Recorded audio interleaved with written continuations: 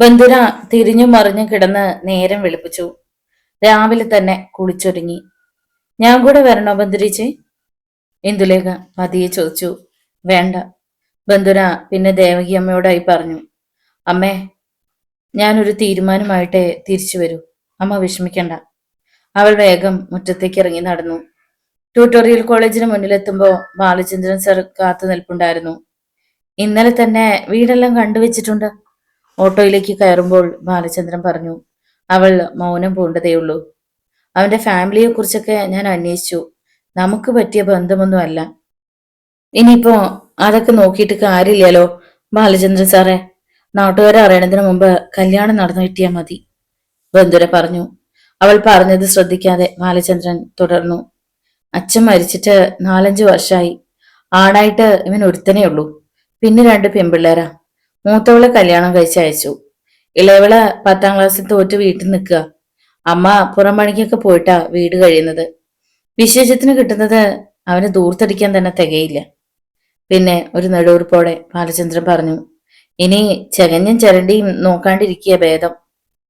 ബന്ധുരയ്ക്ക് ഉള്ളിൽ നീറ്റിലുണ്ടായി. ഇങ്ങനൊരു വീട്ടിലേക്കാണല്ലോ തന്റെ അനുജത്തിയെ പറഞ്ഞു വിടേണ്ടതെന്ന് ഓർത്തപ്പോൾ ദുഃഖം തോന്നി. ആ, ഇവിടെ വണ്ടി ഒതുക്കിയേക്ക്. ഞങ്ങള് ഒരു 10 മിനിറ്റിനുള്ളിൽ വരാം, ഡ്രൈവറോട് പറഞ്ഞിട്ട് ബാലചന്ദ്രൻ ഇറങ്ങി. പിന്നാലെ ബന്ധുരയും. ദാ ആ കാണുന്നതാ വീട്. ബാലചന്ദ്രൻ വിരൽ ചൂണ്ടിയെടുത്തേക്ക് അവൾ നോക്കി. ഓടുപാകിയ തീരെ ചെറിയൊരു വീട്. വിശ്വജിത്ത് നമ്മളെ കണ്ട് ഒളിക്കുവോ? അവൾ സംശയം പ്രകടിപ്പിച്ചു. ഒളിച്ചാലും എവിടം വരെ പോകാനാ? തന്നെയല്ല, ഇവിടുത്തെ പഞ്ചായത്ത് മെമ്പർ എന്റെ ഒരു ഫ്രണ്ടാ. അവർ മുറ്റത്തേക്ക് കയറിയതും പുറത്തേക്ക് ഇറങ്ങുകയായിരുന്ന വിശ്വജിത്ത് ഒന്ന് പരുങ്ങി. രക്ഷപ്പെടാൻ മാർഗമില്ലാതെ അവൻ ചുറ്റും പരതി. എന്താ വിശ്വജിത്ത്, ഇത്ര രാവിലെ ഞങ്ങളിവിടെ വരുമെന്ന് തീരെ പ്രതീക്ഷിച്ചില്ല അല്ലേ? ബാലചന്ദ്രൻ പുഞ്ചിരിച്ചുകൊണ്ട് ചോദിച്ചു. വിളറി നിൽക്കുകയായിരുന്നു വിശ്വജിത്ത്. ആരോ വന്നത് കണ്ട് പിന്നാമ്പുറത്ത് നിൽക്കുകയായിരുന്ന വിശ്വജിത്തിന്റെ അനുജത്തി ഉഷ അടുക്കളയിലേക്ക് ഓടി. അമ്മേ, ഇതാ ആരോ വന്നിരിക്കുന്നു. ആരടി? അങ്ങനെ ചോദിച്ചുകൊണ്ട് ജാനമ്മ വരാന്തയിലേക്ക് ചെന്നു. മുറ്റത്ത് നിൽക്കുന്ന അപരിചിതരെ അവർ സൂക്ഷിച്ചു നോക്കി. ഇല്ല, ഇങ്ങനെ നോക്കിയാൽ മനസ്സിലാവില്ല, ബാലചന്ദ്രൻ നേർത്തൊരു പുഞ്ചിരിയോടെ പറഞ്ഞു. ഞാൻ ബാലചന്ദ്രൻ, ടൗണിൽ ഒരു ട്യൂട്ടോറിയൽ കോളേജ് നടത്തുന്നു. ഇത് ബന്ധുര, അവിടുത്തെ ടീച്ചറാ. അയാൾ പിന്നെ വിശ്വജിത്തിനെ നോക്കി. വിശ്വം, താനൊന്നും വീട്ടിൽ പറഞ്ഞില്ലേ? വിശ്വജിത്ത് പരിങ്ങിലോടെ അമ്മയ്ക്ക് നേരെ തിരിഞ്ഞു. അമ്മേ, ഞാനൊരു ഇന്ദുലേഖയെ കുറിച്ച് പറഞ്ഞില്ലേ? ഇന്ദുലേഖയുടെ ചേച്ചിയത്, അവൻ പതിയെ പറഞ്ഞു. ആ, ഇവൻ ഒരിക്കൽ പറഞ്ഞ പോലെ തോന്നുന്നു. ഏതെങ്കിലും ഒരു പെണ്ണിന്റെ പേര് പറഞ്ഞെന്ന് വെച്ച് അതൊക്കെ ഓർത്തിരിക്കാൻ പറ്റുമോ? തീരെ താല്പര്യമില്ലാത്ത മട്ടിൽ ജാനമ്മ ചെറി കൊട്ടി. അത് പോരല്ലോ ചേച്ചി. ഈ വീട്ടിൽ ചേച്ചിയുടെ മരുമകളായി വന്നു കയറേണ്ട പെണ്ണിന്റെ പേര് പെട്ടെന്ന് മറക്കാൻ പറ്റുമോ? പോരെങ്കി ചേച്ചിയുടെ മകന്റെ കുഞ്ഞിനെ വയറ്റിലിട്ടുകൊണ്ട് നടക്കുന്ന പെണ്ണിനെ. ബാലചന്ദ്രൻ അല്പം ദേഷ്യത്തിലാണ് പറഞ്ഞത്. ജാനുമ്മയും വിട്ടുകൊടുക്കാൻ ഭാവമില്ലായിരുന്നു. രാവിലെ വീട്ടിൽ കയറി വന്ന് അനാവശ്യം പറയുന്നു. ഞങ്ങള് വഴക്കിന് വന്നതല്ല, ബന്ധുര ശബ്ദം താഴ്ത്തി പറഞ്ഞു. എന്റെ അനുജത്തി ഗർഭിണിയാണ്. അതിന്റെ ഉത്തരവാദി ചേച്ചിയുടെ മകനാണ്. അവര് തമ്മിൽ സ്നേഹത്തിലുമാണ്. നാട്ടുകാർ അറിയണതിന് മുമ്പ് ഈ കല്യാണം നടത്തണം. അത് പറയാനാ ഞങ്ങൾ വന്നത്. ഞായറാഴ്ച നിങ്ങൾ വരുമെന്ന് കരുതി ഞങ്ങൾ അവിടെ കാത്തിരുന്നു. അവളുടെ സ്വരം നേർത്തിരുന്നു. എന്ന് പറഞ്ഞാൽ എങ്ങനാ വച്ചേ? ഇന്നത്തെ കാലത്ത് ആദ്യത്തെ ചടങ്ങ് പെണ്ണു കാണാനല്ല, സ്ത്രീധനം പറഞ്ഞുറപ്പിച്ചതിന് ശേഷമാണ് പെണ്ണുകാണലും കല്യാണവും പ്രസവവും. എനിക്ക് ആകെയുള്ള ഒരു ആന്തരിയവൻ. ഇവന്റെ മൂത്തവളെ കെട്ടിവെച്ചു വിട്ടതിന്റെ കടം ഇനിയും തീർന്നിട്ടില്ല. ഇവനെ താഴെ കെട്ടിച്ചുവിടാൻ ഒരുത്തിയും കൂടിയുണ്ട്. അതുകൊണ്ട് വളച്ചു കെട്ടില്ല എന്ന് പറയാം. സ്ത്രീധനം എന്തോ തരും? ബന്ധുരയിൽ ഒരു ഞെട്ടലുണ്ടായി. അവൾ ബാലചന്ദ്രനെ ദയനീയമായി നോക്കി. ഇതൊക്കെ ചോദിച്ചിട്ടല്ലോ ഇല്ലാത്ത പത്രാസ് പറഞ്ഞ് നിങ്ങളുടെ മകൻ ഒരു പെണ്ണിനെ നശിപ്പിച്ചത്. മര്യാദയ്ക്ക് ആ പെണ്ണിനെ ഇവൻ കല്യാണം കഴിച്ചില്ലെങ്കിലുണ്ടല്ലോ, സ്ത്രീപീഡനത്തിനുള്ള ശിക്ഷ എന്താണെന്ന് അറിയും. ബാലചന്ദ്രന് കടുത്ത ദേഷ്യമുണ്ടായി. വരട്ടാതെ ഒന്ന് പോ സാറേ. കൂടി വന്ന എന്റെ മോൻ ജയിലിൽ കിടക്കേണ്ടി വരും. പക്ഷേ തന്തയില്ലാത്ത കൊച്ചിനെ പ്രസവിക്കുന്നത് ആരാ? എന്റെ മോനാണോ? ജാനമ്മ വീറോടെ ചോദിച്ചു. ഇവർ പഠിച്ച കളിയാണെന്ന് ബന്ധുരയ്ക്കും ബാലചന്ദ്രനും മനസ്സിലായി. എന്തായാലും താഴ്ന്നു കൊടുക്കാം. ചേച്ചി, ഞങ്ങളെ കൊണ്ട് ചെയ്യാവുന്നതൊക്കെ ചെയ്യാം, ഒടുവിൽ ബന്ധുര പറഞ്ഞു. അത് പറഞ്ഞ പോരാ, 50,000 രൂപയും 10 പവനും തരണം. ഞങ്ങൾക്കൊന്നും വേണ്ട, നിങ്ങളുടെ പെണ്ണിന് തന്നെ ഉള്ളതാ. ഇവന് സ്വന്തമായി ഒരു സ്റ്റുഡിയോ തുടങ്ങാനാ. അതിന്റെ ഗുണം നിങ്ങളുടെ പെണ്ണിന് തന്നെയാ. അത്രയും ബുദ്ധിമുട്ടാണല്ലോ ചേച്ചി, ബന്ധുര നിസ്സഹായതയോടെ പറഞ്ഞു. എങ്കിൽ പോയി സ്ത്രീ പീഡനത്തിന് കേസ് കൊടുത്തോ. എന്റെ മകനിപ്പൊ പണിയൊന്നും ഇല്ലാതിരിക്കുക, കുറച്ചു നാള് ജയിലിൽ കിടന്നോട്ടെ. ജാനമ്മ മുഖം വെട്ടിത്തിരിച്ച് അകത്തേക്ക് നടക്കാൻ തുടങ്ങി. ബാലചന്ദ്രൻ അരിശത്തോടെ വിശ്വജിത്തിനെ നോക്കി. താൻ ഒരു ചെറുപ്പക്കാരനല്ലോടോ. സ്നേഹിച്ച പെണ്ണിന്റെ കാര്യത്തിൽ തനിക്കൊരു അഭിപ്രായമില്ലേ? ഞാൻ എന്ത് പറയാനാ സാറേ, അമ്മ പറഞ്ഞത് കാര്യല്ലേ. എനിക്കൊരു സ്റ്റുഡിയോ സ്വന്തമായി തുടങ്ങണം. വിശ്വജിത്ത് കൈമലർത്തി. ജാനമ്മ അകത്തേക്ക് കയറാൻ തുടങ്ങിയപ്പോൾ ബന്ധുര പിന്നാലെ ചെന്നു. ശരി, ചേച്ചി പറഞ്ഞ സ്ത്രീധനം തരാം. 1 മാസത്തിനുള്ളിൽ കല്യാണം നടത്തണം. എന്താ, സമ്മതമാണോ? ജാനമ്മയുടെ കണ്ണു വിഴിഞ്ഞു. വിശ്വജിത്തിന്റെ ഉള്ളിലും സന്തോഷമായി. എങ്കിലേ പിന്നെ ഞങ്ങൾക്ക് എന്താ സമ്മതക്കേട്? ഞായറാഴ്ച ഞങ്ങൾ അങ്ങോട്ട് വന്നേക്കാം. അന്ന് കല്യാണത്തിന്റെ ദിവസം തീരുമാനിച്ചോ? ജാനമ്മ പെട്ടെന്ന് പറഞ്ഞു. മടങ്ങാൻ നേരം ജാനമ്മ പരിഭവപ്പെട്ടു. ആദ്യമായിട്ട് വന്നിട്ട് ഒരു ഗ്ലാസ് കാപ്പി പോലും കുടിക്കാതെ. സാരമില്ല, അതൊക്കെ ഇനി ആവാലോ. ബാലചന്ദ്രനും ബന്ധുരയും ഇറങ്ങി. ഇത്രയും രൂപ 1 മാസത്തിനുള്ളിൽ എങ്ങനെ ഉണ്ടാക്കും ടീച്ചറെ? ഓട്ടോയിൽ മടങ്ങുമ്പോൾ ബാലചന്ദ്രൻ ചോദിച്ചു. ഒറ്റ വഴിയുള്ളൂ ബാലചന്ദ്രൻ സാറേ, വീട് സ്ഥലവും ഏതെങ്കിലും ബാങ്കിൽ പണയപ്പെടുത്തണം. അവൾ എന്തോ ഓർത്തിട്ട് പറഞ്ഞു. ബാലചന്ദ്രൻ പിന്നൊന്നും പറഞ്ഞില്ല. ബന്ധുര വീട്ടിലിറങ്ങി. എല്ലാം കേട്ടപ്പോൾ ദേവകിയമ്മ ഭയപ്പെട്ടു. വീടും സ്ഥലവും പണയപ്പെടുത്തിയിട്ട് വേണോ? അത് പിന്നെ വലിയ ബാധ്യതയാവില്ലേ? അല്ലാതെ എന്ത് ചെയ്യും അമ്മേ? വീട് സ്ഥലവും നോക്കിയിരുന്ന നമ്മൾ കൂട്ടത്തോടെ ആത്മഹത്യ ചെയ്യേണ്ടി വരും. തന്നെയല്ല, ദേവേട്ടൻ എന്നാ ജയിലിൽ നിന്ന് വരിക എന്നറിയില്ല. വരണതിന് മുമ്പ് കല്യാണം നടത്തിയില്ലെങ്കിൽ അയാൾ അത് മുടക്കും. അത് ശരിയാണെന്ന് ദേവകിയമ്മയ്ക്കും തോന്നി. പിന്നീട് എല്ലാം പെട്ടെന്നായിരുന്നു. പിറ്റേന്ന് തന്നെ സഹകരണ ബാങ്കിൽ 1 ലക്ഷം രൂപ വായ്പയ്ക്കുള്ള അപേക്ഷയും ആധാരവും കൊടുത്തു. ബാങ്ക് പ്രസിഡന്റ് ജോണിക്കുട്ടി ബാലചന്ദ്രൻ പഠിപ്പിച്ച സ്റ്റുഡന്റ് ആയതുകൊണ്ട് പെട്ടെന്ന് ലോൺ ശരിയാക്കാമെന്ന് സമ്മതിച്ചു. വിശ്വജിത്തിന്റെ വീട്ടുകാർ ഞായറാഴ്ച വന്ന് കല്യാണത്തിന്റെ തീയതിയും തീരുമാനിച്ചു. ദിവസങ്ങൾ കൊഴിഞ്ഞു വീണു. കേശവൻ നായർ മരിച്ചിട്ട് 1 വർഷം തികഞ്ഞതിനാൽ വളരെ കുറച്ചു പേരെ മാത്രമേ വിവാഹത്തിന് ക്ഷണിച്ചുള്ളൂ. വിവാഹത്തിന് ഒരാഴ്ച മുമ്പ് സ്ത്രീധനപ്പണം 50,000 രൂപ കൊടുക്കണമെന്നായിരുന്നു സമ്മതിച്ചത്. ബാങ്കിൽ നിന്നും ലോൺ പാസാക്കാൻ ബാലചന്ദ്രൻ തന്നെ ഓടി നടന്നു. വിവാഹത്തിന്റെ തിരക്കുകൊണ്ട് ബന്ധുര അവധിയെടുത്തിരുന്നു. സ്ത്രീധനം കൊടുക്കേണ്ട ദിവസം അടുക്കുംതോറും ബന്ധുരയ്ക്ക് ആദിയായിരുന്നു. ലോണിന്റെ കാര്യം തിരക്കാനായി രാവിലെ പുറത്തേക്ക് ഇറങ്ങാൻ തുടങ്ങുമ്പോഴാണ് ബാലചന്ദ്രൻ വരുന്നത് കണ്ടത്. ഞാൻ സാറിന്റെ അടുത്തേക്ക് വരാൻ തുടങ്ങിയായിരുന്നു, അവൾ പതിയെ പറഞ്ഞു. പേടിക്കണ്ട ടീച്ചറെ, രാവിലെ ബാങ്കിൽ ചെന്ന് രൂപ വാങ്ങിക്കോളൂ, എല്ലാം ശരിയാക്കിയിട്ടുണ്ട്. ബാലചന്ദ്രൻ പുഞ്ചിരിച്ചു. ബന്ധുരയ്ക്ക് ശ്വാസം നേരെ വീണത് അപ്പോഴാണ്. ബാലചന്ദ്രൻ സാറിനെ ഞാൻ ഒത്തിരി ബുദ്ധിമുട്ടിക്കുന്നുണ്ട് അല്ലേ? അവളുടെ സ്വരം ചിലമ്പിച്ചിരുന്നു. ഇനി സമയം കളയണ്ട, ഓട്ടോയിൽ കയറിക്കോ, ബാങ്കിന് മുന്നിൽ ഇറങ്ങും. ബാലചന്ദ്രൻ അതും പറഞ്ഞിട്ട് ഓട്ടോയിലേക്ക് കയറി. അമ്മേ, ഞാൻ ബാങ്കിൽ പോയിട്ട് വരാം. വൈകുന്നേരം പോയി സ്വർണ്ണ ഉരുപ്പടികളും വാങ്ങാം. ബന്ധുര അമ്മയോടും ഇന്ദുലേഖയോടുമായി പറഞ്ഞിട്ട് ഓട്ടോയിൽ കയറി. ബാങ്കിന് മുന്നിൽ ഓട്ടോ നിർത്തുമ്പോൾ ബന്ധുര ചോദിച്ചു. ബാങ്കിൽ സാറ് വരുന്നില്ലേ? ഇല്ല ടീച്ചറെ, ഇന്ന് ജോസഫ് സാറ് ലീവാ. ആ ക്ലാസ് കൂടെ ഞാൻ എടുക്കണം. ബാലചന്ദ്രൻ പോയി കഴിഞ്ഞപ്പോൾ ബന്ധുര 2ാം നിലയിലെ ബാങ്കിലേക്ക് കയറി. ബാലചന്ദ്രൻ പറഞ്ഞിട്ടുള്ളത് കൊണ്ട് അധികം വൈകാതെ പണം കിട്ടി. ജീവിതത്തിൽ ആദ്യമായാണ് 1 ലക്ഷം രൂപ ഒന്നിച്ച് കാണുന്നത്. അവൾക്ക് ഭയം തോന്നി. രൂപ ബാഗിൽ വെച്ച് അവൾ സ്റ്റെയർ കേസ് ഇറങ്ങി താഴെ എത്തിയതും നടുങ്ങി വിറച്ചുപോയി. ക്രൂരമായൊരു പുഞ്ചിരിയോടെ ദേവനാരായണൻ അവളുടെ കയ്യിലിരുന്ന ബാഗിലേക്ക് പുഞ്ചിരിയോടെ നോക്കി. ബന്ധുരയുടെ മനസ്സിൽ ഭീതി നിറഞ്ഞു. ബന്ധുര ദൈന്യതയുടെയും നിസ്സഹായതയുടെയും വക്കിൽ നിന്നു. ദേവനാരായണനെ നോക്കി. ദേവനാരായണന്റെ ചുവന്നു കലങ്ങിയ കഴുകൻ കണ്ണുകൾ അവളുടെ മുഖത്തും ബാഗിലും മാറി മാറി തെന്നി നീങ്ങിക്കൊണ്ടിരുന്നു. ഏട്ടാ, എനിക്ക് പോണം. നീണ്ട നിശബ്ദ നിമിഷങ്ങൾക്കൊടുവിൽ ബന്ധുരയിൽ നിന്നും വാക്കുകൾ ഉടഞ്ഞു വീണു. പോകാമല്ലോ, നിന്നെ ആരും തടഞ്ഞു നിർത്തിയിട്ടില്ലല്ലോ. അപ്പോഴും അവന്റെ വലതുകൈ അവളുടെ ബാഗിൽ അമർന്നിരിക്കുകയായിരുന്നു. എന്റെ ബാഗ്. അവൾ ബാഗ് അവന്റെ കയ്യിൽ നിന്നും വലിച്ചെടുക്കാൻ ശ്രമിച്ചു. അത്ര വിലപ്പെട്ട ബാഗാണോ ഇത്? നോക്ക്, ഈ ബാഗ് ഞാൻ എടുക്കുക. പകരം 100 ബാഗ് ഞാൻ വാങ്ങിത്തരും. എന്താ, പോരെ? അവൻ ചിരിച്ചു. ദേവേട്ടാ, എന്നെ വിട്, ഞാൻ പോയിക്കോട്ടെ. അവൾ കരച്ചിലിന്റെ വക്കോളം എത്തിയിരുന്നു. ഇതിനുള്ളിൽ എന്താടി? അത് അത് ട്യൂട്ടോറിയൽ കോളേജിലെ രൂപയാ. അവൾ കളവ് പറഞ്ഞ് രക്ഷപ്പെടാൻ നോക്കി. അതിന് മറുപടി എന്നോണം ദേവനാരായണൻ തെല്ലുറക്കെ ചിരിച്ചു. പൂമംഗലത്തെ വസ്തു ഈട് വെച്ച് വാങ്ങിയ പണം എങ്ങനെ ആ പീറ ട്യൂട്ടോറിയൽ കോളേജുകാരൻ്റെതാകുമടി? അതോ അവന് സ്ത്രീധനം കൊടുക്കാനുള്ളതാണോ? ബന്ധുരയ്ക്ക് ശബ്ദിക്കാൻ കഴിഞ്ഞില്ല. എടി പെണ്ണെ, ഓരോ പ്രാവശ്യം ജയിലിൽ കിടക്കുമ്പോഴും ജയിലിൽ നിന്ന് ഇറങ്ങുമ്പോഴും എന്റെ അന്വേഷണം മുഴുവൻ പൂമംഗലം തറവാടിനെ കുറിച്ചാ.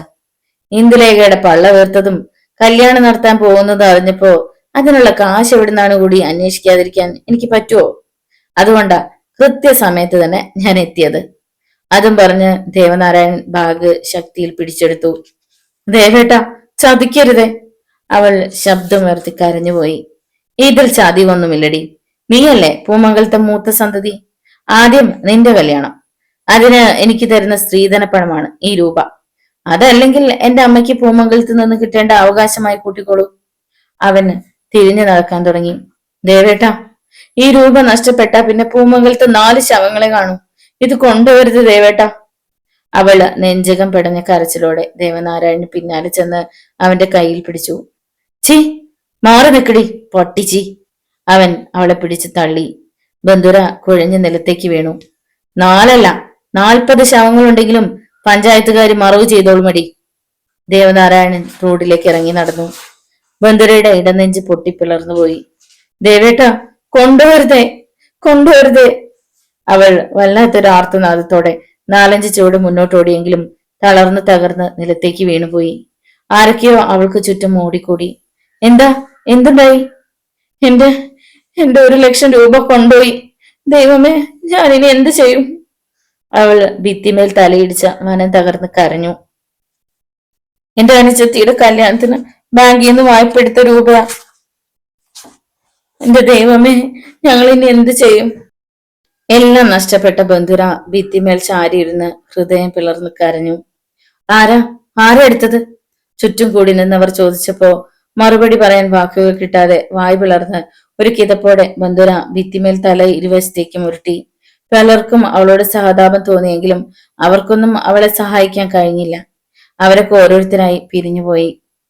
ഒന്ന് എഴുന്നേൽക്കാൻ പോലും ത്രാണിയില്ലാതെ അവൾ ഏറെ നേരം ഒരു സാലഭഞ്ജികയെ പോലെ ഇരുന്നു. പിന്നെ കൈകൾ നിലത്തൂന്നി ആയാസപ്പെട്ട് എഴുന്നേറ്റു. ബന്ധുര ദീനം ചുറ്റുപാടും ഒന്ന് നോക്കിയിട്ട് വേച്ച് വേച്ച് പുറത്തേക്കിറങ്ങി. തന്റെ ജീവിതം അഗാധഗർത്തത്തിലേക്ക് കൂപ്പുകുത്തിയതായി അവൾക്ക് തോന്നി. നിലയില്ലാ കയത്തിലേക്ക് മുങ്ങി താഴുകയാണ്. പിടിച്ചു കയറാൻ ഒരു കച്ചിത്തുരുമ്പ് പോലും എവിടെയുമില്ല. അവൾ ചുറ്റും പരതി. ഒടുവിൽ അവൾ ഒരു കച്ചിത്തുരുമ്പ് കണ്ടു. ബാലചന്ദ്രൻ സർ. അവൾ ഒരു ഓട്ടോയിൽ കയറി മഹാത്മാ ട്യൂട്ടോറിയൽ കോളേജിൽ ചെന്നു. ഓട്ടോക്കൂലി കൊടുത്തിട്ട് ഓഫീസ് റൂമിലേക്ക് ബന്ധുര പാരവശ്യപ്പെട്ട് ഓടുകയായിരുന്നു. എന്താ ടീച്ചറെ, ബാങ്കിൽ നിന്ന് രൂപ കിട്ടിയില്ലേ? ബന്ധുരയുടെ മട്ടും ഭാവം കണ്ട് ബാലചന്ദ്രൻ ചോദിച്ചു. കിട്ടി ബാലചന്ദ്രൻ സാറേ, പക്ഷെ ആ രൂപ മുഴുവൻ ദേവേട്ടൻ പിടിച്ചു പറിച്ചോണ്ട് കൊണ്ടുപോയി. ഞാൻ എന്ത് ചെയ്യണം സാറേ? അവൾ ഇരുതലങ്ങളിലും മുഖം പൊത്തി വിതുമ്പി കരഞ്ഞു. വീട്ടിൽ ചെന്ന് ഞാൻ എന്ത് പറയും സാറേ? ഇതറിഞ്ഞ എന്റെ അമ്മ നെഞ്ചു പൊട്ടി ചാവും. കല്യാണം മുടങ്ങിയെന്നറിഞ്ഞ ഇന്ദുലേഖയും പിന്നെ ജീവിച്ചിരിക്കില്ല. അവൾ നിർത്തലില്ലാതെ പൊട്ടിപ്പിളർന്ന് കരഞ്ഞു. ബാലചന്ദ്രൻ സ്തബ്ധനായി. സിരകളിലെ രക്തം മഞ്ഞുകട്ടയായതുപോലെ ശരീരമാകെ മരവിച്ചുപോയി. 1,00,000 രൂപ നഷ്ടപ്പെട്ടിരിക്കുന്നു. അതും ഒരു പെൺകുട്ടിയുടെ കല്യാണത്തിനുള്ള പണം. ഇത്രയും രൂപ വായ്പ കിട്ടാൻ താൻ കുറെ ഓടിയതാണ്. ബാലചന്ദ്രന് സഹിക്കാവുന്നതിലും അപ്പുറമായിരുന്നു അത്. ബന്ധുരയുടെ ഉള്ളം പെടുന്നുള്ള കരച്ചിൽ കൂടെ കണ്ടപ്പോൾ ദേവനാരായണനെ കൊല്ലാൻ പോലും തോന്നി. ടീച്ചർ വാ, അവനിപ്പോ ടൗൺ വിട്ട് പോയിട്ടുണ്ടാവില്ല. പോലീസ് സ്റ്റേഷനിൽ പരാതി കൊടുക്കാം. അയാൾ വേഗം എഴുന്നേറ്റു. ബാലചന്ദ്രൻ സാറേ, പരാതി കൊടുത്ത ദേവേട്ടന്റെ ശത്രുത കൂടുകയല്ലേ ഉള്ളൂ. ഇപ്പോ ശത്രുതയല്ല വലുത്, ടീച്ചറിന്റെ അനുജത്തിയുടെ കല്യാണമാണ്. അത് മറക്കണ്ട. വേഗം വാ. മറുപടിക്ക് കാത്തു നിൽക്കാതെ ബാലചന്ദ്രൻ പുറത്തേക്കിറങ്ങി. ശോകാർദ്രമായ മനസ്സോടെ ബന്ധുരയും. ടൗൺ പോലീസ് സ്റ്റേഷനിൽ ചെന്ന് സർക്കിൾ ഇൻസ്പെക്ടറോട് ബാലചന്ദ്രനാണ് കാര്യങ്ങളെല്ലാം പറഞ്ഞത്. ബന്ധുരയുടെ അവസ്ഥ അറിഞ്ഞപ്പോൾ ഇൻസ്പെക്ടർക്കും അവളോട് അലിവ് തോന്നി. ഒരു പരാതി എഴുതി തന്നേക്ക്, ഇപ്പൊ തന്നെ അവൻ എവിടെ ഉണ്ടെങ്കിലും പൊക്കിക്കോളാം. CI പറഞ്ഞു. ബാലചന്ദ്രൻ തന്നെയാണ് പരാതി എഴുതിയത്. നിങ്ങൾ ധൈര്യമായി പോയിക്കോളൂ. ഇപ്പൊ തന്നെ അവന് പിടിക്കാനുള്ള ഏർപ്പാട് ഞാൻ ചെയ്തോളാം. CI അവർക്ക് ഉറപ്പ് കൊടുത്തു. പോലീസ് സ്റ്റേഷനിൽ നിന്ന് പുറത്തു കിടക്കുമ്പോൾ അവൾ സങ്കടത്തോടെ പറഞ്ഞു. വീട്ടിൽ ചെന്ന് അമ്മയോടും ഇന്ദുവിനോടും ഞാൻ എന്ത് പറയും ബാലചന്ദ്രൻ സാറ്? ഞാൻ രൂപയുമായി വരുന്നതും കാത്ത് പൂമുഖത്ത് തന്നെ അവരുണ്ടാവും. അല്ല റെയിൽവേ ട്രാക്കിലും പോയി ചത്ത് കളഞ്ഞാലോ എന്ന് ഞാൻ ആലോചിക്കണേ. അങ്ങനൊന്നും ചിന്തിക്കണ്ട. 1,00,000 രൂപ ഒറ്റ ദിവസം കൊണ്ട് അവൻ തീർക്കില്ല. ഇന്ന് അവനെ എവിടെ നിന്നെങ്കിലും പോക്കും. ടീച്ചർ ധൈര്യമായി വീട്ടിലോട്ട് ചെല്ല്. ഞാനും വീട് വരെ വരാം. ബാലചന്ദ്രൻ സാർ അവൾക്ക് ധൈര്യം പകർന്നു കൊടുത്തു. പക്ഷെ വീടടുക്കും തോറും അവൾ കൂടുതൽ തളരുകയായിരുന്നു. വീട്ടിലേക്ക് കയറിയതും അവളുടെ ഊർജം മുഴുവൻ ചോർന്നുപോയി. മോളെ, രൂപ കിട്ടിയോ? ദേവകിയമ്മ അവൾക്കടുത്തേക്ക് ചെന്നു. അപ്പോഴേക്കും ഇന്ദുലേഖയും പ്രിയയും ഓടി വന്നു. എപ്പോഴാ ബന്ധുരേച്ചി സ്വർണം വാങ്ങാൻ പോണത്? ഇന്ദുലേഖ ചോദിച്ചു. കല്യാണത്തിന് ഉടുക്കാൻ എനിക്ക് പുതിയ പാവാടയും ബ്ലൗസും വാങ്ങിത്തരണം. പറഞ്ഞില്ലെന്ന് വേണ്ട. കൃഷ്ണപ്രിയയുടെ ആവശ്യം അതായിരുന്നു. മോളെ ബന്ധുരെ, നാളെ തന്നെ സ്ത്രീധന തുക കൊടുത്തേക്ക്. വെറുതെ ഇവിടെ വെച്ചാ പെരുകത്തൊന്നുമില്ലല്ലോ, ദേവകിയമ്മ പറഞ്ഞു. എന്തു പറയണമെന്നറിയാതെ വിഷമിക്കുകയായിരുന്നു ബന്ധുര. രൂപ ഒന്നും രണ്ടുമല്ല പോയിരിക്കുന്നത്, 1,00,000 ഈ തറവാട്ടിലെ 4 ജീവിതങ്ങളുടെ ബാക്കി പത്രമാണ്. ഈശ്വര, അവൾ അറിയാതെ വിങ്ങിപ്പോയി. ഹൃത്തടത്തിൽ നിന്നും തേങ്ങലിന്റെ ചെറുചീള് ചിതറി വീണു. ബന്ധുരെ, എന്താണ്ടായേ? ദേവകിയമ്മ അവളുടെ ഇരു തോളുകളിലും പിടിച്ചു ചോദിച്ചു. അമ്മേ, പോയമ്മേ, എല്ലാം പോയി. ദേവേട്ടൻ എന്റെ കയ്യിൽ നിന്ന് ആ രൂപ മുഴുവൻ തട്ടിയെടുത്തോണ്ട് പോയമ്മേ. ബന്ധുര ദേവകിയമ്മയുടെ മാറിലേക്ക് ചാഞ്ഞുകൊണ്ട് നെഞ്ചുരുക്കി കരഞ്ഞു. എന്റെ പറശ്ശിനിക്കടവ് മുത്തപ്പ ചതിച്ചോ? ദേവകിയമ്മ മോഹാലസ്യപ്പെട്ട് വീണു. ഇന്ദുലേഖയും കൃഷ്ണപ്രിയയും വാവിട്ട് നിലവിളിച്ചു. നിങ്ങൾ എങ്ങനെ കരഞ്ഞു ബഹളം വെച്ച ആളെ കൂട്ടണ്ട. രൂപ പോയി എന്നറിഞ്ഞ ഈ കല്യാണത്തിൽ നിന്ന് വിശ്വജിത്തിന്റെ വീട്ടുകാർ പിൻവാങ്ങിയെന്നിരിക്കും. ബാലചന്ദ്രൻ മുന്നറിയിപ്പ് കൊടുത്തു. ബന്ധുര ദേവകിയമ്മയുടെ മുഖത്ത് വെള്ളം തളിച്ചു. അമ്മേ, എണീക്ക്, അവൾ തോളിൽ തട്ടി വിളിച്ചു. ദേവകിയമ്മ മെല്ലെ കണ്ണു തുറന്നു. മോളെ ബന്ധുരെ, ഇനി ചാവുകയല്ലാതെ വേറൊരു വഴിയുമില്ലേടി നമുക്ക്. അവർ മുഖം പൊത്തിക്കരഞ്ഞു. അമ്മ കരയാതിരിക്കെ. പോലീസ് ദേവനാരായണനെ പിടിക്കാൻ പോയിട്ടുണ്ട്. അവൻ എവിടെ ഉണ്ടെങ്കിലും പിടിക്കും. അതുവരെ സമാധാനപ്പെട്. ബാലചന്ദ്രൻ അവരെ ആശ്വസിപ്പിച്ചു. ടീച്ചറെ, അയാൾ വിളിച്ചു. അവൾ അയാൾക്ക് നേരെ മുഖമുയർത്തി. ഞാൻ ഇറങ്ങട്ടെ. പോലീസ് സ്റ്റേഷനിൽ നിന്ന് വിവരം കിട്ടിയാൽ ഉടനെ ഞാൻ അറിയിക്കാം. അതുവരെ മറ്റാരും ഇതറിയണ്ട. ബാലചന്ദ്രൻ പുറത്തേക്ക് ഇറങ്ങി നടന്നു. ബന്ധുര അയാൾ പോകുന്നത് നോക്കി നിശ്ചലം നിന്നു. ദേവകിയമ്മയ്ക്ക് ഒരെത്തും പിടിയും കിട്ടിയില്ല. ജീവിതത്തിന്റെ മേൽ അന്ധകാരം പടരുകയാണ്. ഈ കല്യാണം നടന്നില്ലെങ്കിൽ ആത്മഹത്യയല്ലാതെ മറ്റു പോംവഴിയില്ല. അതെ, തന്റെയും മക്കളുടെയും വിധി അതായിരിക്കും. രാത്രി ആർക്കും ഉറങ്ങാൻ കഴിഞ്ഞില്ല. ഇന്ദുലേഖ തലയിണയിൽ മുഖം പൂഴ്ത്തി ശബ്ദമില്ലാതെ കരഞ്ഞു. ഇരുട്ടിൽ മുഖം വ്യക്തമല്ലെങ്കിലും തന്റെ അനുജത്തി ഹൃദയം പൊട്ടി കരയുകയാണെന്ന് ബന്ധുരയ്ക്ക് അറിയാമായിരുന്നു. ഇന്ദു, ബന്ധുര അവളുടെ തോളിലൂടെ വലുതുകൈ അമർത്തി ചുറ്റിപ്പിടിച്ചു. കരയരുത് മോളെ, നമ്മള് വലിയ തെറ്റൊന്നും ചെയ്തിട്ടില്ല. ദൈവം നമ്മളെ ശിക്ഷിക്കില്ല. ആ ദുഷ്ടനെ പോലീസ് പിടിക്കും മോളെ. നമ്മുടെ രൂപ തിരിച്ചു കിട്ടുകയും ചെയ്യും. നീ വിഷമിക്കാതെ, ബന്ധുര തീരെ പതിഞ്ഞ ശബ്ദത്തിൽ സാന്ത്വനിപ്പിച്ചു. ഞാൻ മരിച്ചോളാം ബന്ധുരേച്ചി. ഞാൻ കാരണം ഇവിടെ ഉള്ളവർ സങ്കടപ്പെടുന്നു. ഞാൻ മരിച്ചോളാം. ബന്ധുരയെ കെട്ടിപ്പിടിച്ച് അവൾ കരഞ്ഞു. നേരെ പുലർന്നിട്ടും ഒരു മരണവീട് പോലെ മൂകമായിരുന്നു പൂമംഗലം തറവാട്. ദേവനാരായണനെ പോലീസ് പിടിച്ചുവെന്ന വാർത്ത അറിയാനായി ബാലചന്ദ്രനെയും കാത്ത് ആ കുടുംബം വഴിക്കുണ്ടുമായി നോക്കിയിരുന്നു. അന്ന് വൈകുന്നേരമാണ് ബാലചന്ദ്രൻ വന്നത്. വല്ല വിവരവും കിട്ടിയോ സാറ്? ബന്ധുര ഇടറിയ സ്വരത്തിൽ ചോദിച്ചു. ബാലചന്ദ്രന്റെ മുഖത്ത് നിരാശ പടർന്നു. ടീച്ചർ വിഷമിക്കരുത്. ഞാൻ പോലീസ് സ്റ്റേഷനിൽ നിന്നാണ് വരുന്നത്. ഇതുവരെ ദേവനാരായണനെ കിട്ടിയിട്ടില്ല. പോലീസ് എല്ലായിടത്തും അരിച്ചു വെറുക്കുന്നുണ്ട്. ബന്ധുര ക്ഷീണത്തോടെ ഭിത്തിമേൽ ചാരി നിന്നു. മറ്റന്നാൾ സ്ത്രീധന പണം കൊടുക്കാന്ന് പറഞ്ഞിരിക്കുന്നത്. നാളെ ഒരു ദിവസം കൊണ്ട് എന്ത് ചെയ്യും ബാലചന്ദ്രൻ സാറേ? അവൾ വിതുമ്പി. ഈശ്വരൻ ഒരു വഴി കാണിച്ചു തരാതിരിക്കില്ല ടീച്ചറെ. ടീച്ചർ വിഷമിക്കരുത്. നാളെ ഒരു ദിവസം കൂടി നോക്കാം. കൂടുതൽ സമയം അവിടെ നിന്നാൽ തകർന്നു പോകുമെന്നറിയാവുന്നത് കൊണ്ട് ബാലചന്ദ്രൻ പുറത്തേക്ക് ഇറങ്ങി. പിറ്റേ ദിവസം രാവിലെ വിശ്വജിത്തിന്റെ സഹോദരിയുടെ ഭർത്താവ് കരുണൻ പൂമംഗലത്ത് വന്നു. ബന്ധുരയാണ് പുറത്തേക്ക് വന്നത്. ആ പിന്നെ നാളത്തെ കാര്യം ഓർമ്മിപ്പിക്കാനാ വന്നത്. എനിക്ക് തരാനുള്ള സ്ത്രീധനത്തിന്റെ ബാക്കി തുക നിങ്ങൾ കൊടുക്കുമ്പോ തരാന്നാ എന്റെ അമ്മായിയമ്മ പറഞ്ഞിരിക്കുന്നത്. നാളെ നിങ്ങൾ രൂപ തന്നില്ലെങ്കിൽ വിശ്വൻ വേറെ പെണ്ണിന്റെ കഴുത്തിൽ താലി കെട്ടും. അത് പറയാനാ ഞാൻ വന്നത്. മനസ്സിലായല്ലോ? കരുണൻ തെല്ലും മയമില്ലാതെ പറഞ്ഞിട്ട് വന്ന വേഗത്തിൽ തിരിച്ചുപോയി. ഒന്ന് കരയുവാൻ പോലും ആകാതെ നിൽക്കുവാനേ ബന്ധുരയ്ക്ക് കഴിഞ്ഞുള്ളൂ. എല്ലാം കേട്ട് കട്ടിലിൽ തളർന്നു കിടക്കുകയായിരുന്നു ഇന്ദുലേഖ. ജീവിതത്തിൽ തനിക്കിനി ഒന്നും പ്രതീക്ഷിക്കാനില്ലെന്ന് അവൾക്ക് തോന്നി. എല്ലാം അവസാനിച്ചിരിക്കുന്നു. അവൾ കിടക്കി വിട്ട് എഴുന്നേറ്റതേയില്ല. ദേവകിയമ്മയും ഒരേ കിടപ്പ് തന്നെയായിരുന്നു. കൃഷ്ണപ്രിയ ബന്ധുരയുടെ അടുത്ത് ചെന്നു. ഇനി എന്തു ചെയ്യും ബന്ധുരച്ചി? ബന്ധുര അനുജത്തിക്ക് നേരെ ക്ഷീണിച്ചൊരു നോട്ടം അയച്ചു. അവൾ മറുപടി ഒന്നും പറഞ്ഞില്ല. വൈകുന്നേരം വരെ ബാലചന്ദ്രൻ സാറിനെ കാണാതായപ്പോൾ ബന്ധുര കുളിച്ച് വേഷം മാറി. അമ്മ കട്ടിലിൽ തളർന്നു കിടക്കുകയായിരുന്നു. അമ്മേ, ഞാനൊന്ന് ബാലചന്ദ്രൻ സാറിനെ കണ്ടിട്ട് വരാം. പോലീസ് സ്റ്റേഷനിൽ അന്വേഷിക്കാം. ഇനിയും നീ എന്തിനാ ബുദ്ധിമുട്ടുന്നത് മോളെ? നീ അല്പം വിഷം വാങ്ങിയിട്ട് വന്നാ മതി. നമുക്ക് ഒരുമിച്ച് മരിക്കാം. അതായിരിക്കും നമ്മുടെ വിധി. ദേവികയമ്മ നിറഞ്ഞ കണ്ണുകളോട് പറഞ്ഞു. ബന്ധുര മറുപടി ഒന്നും പറയാതെ നടന്നു.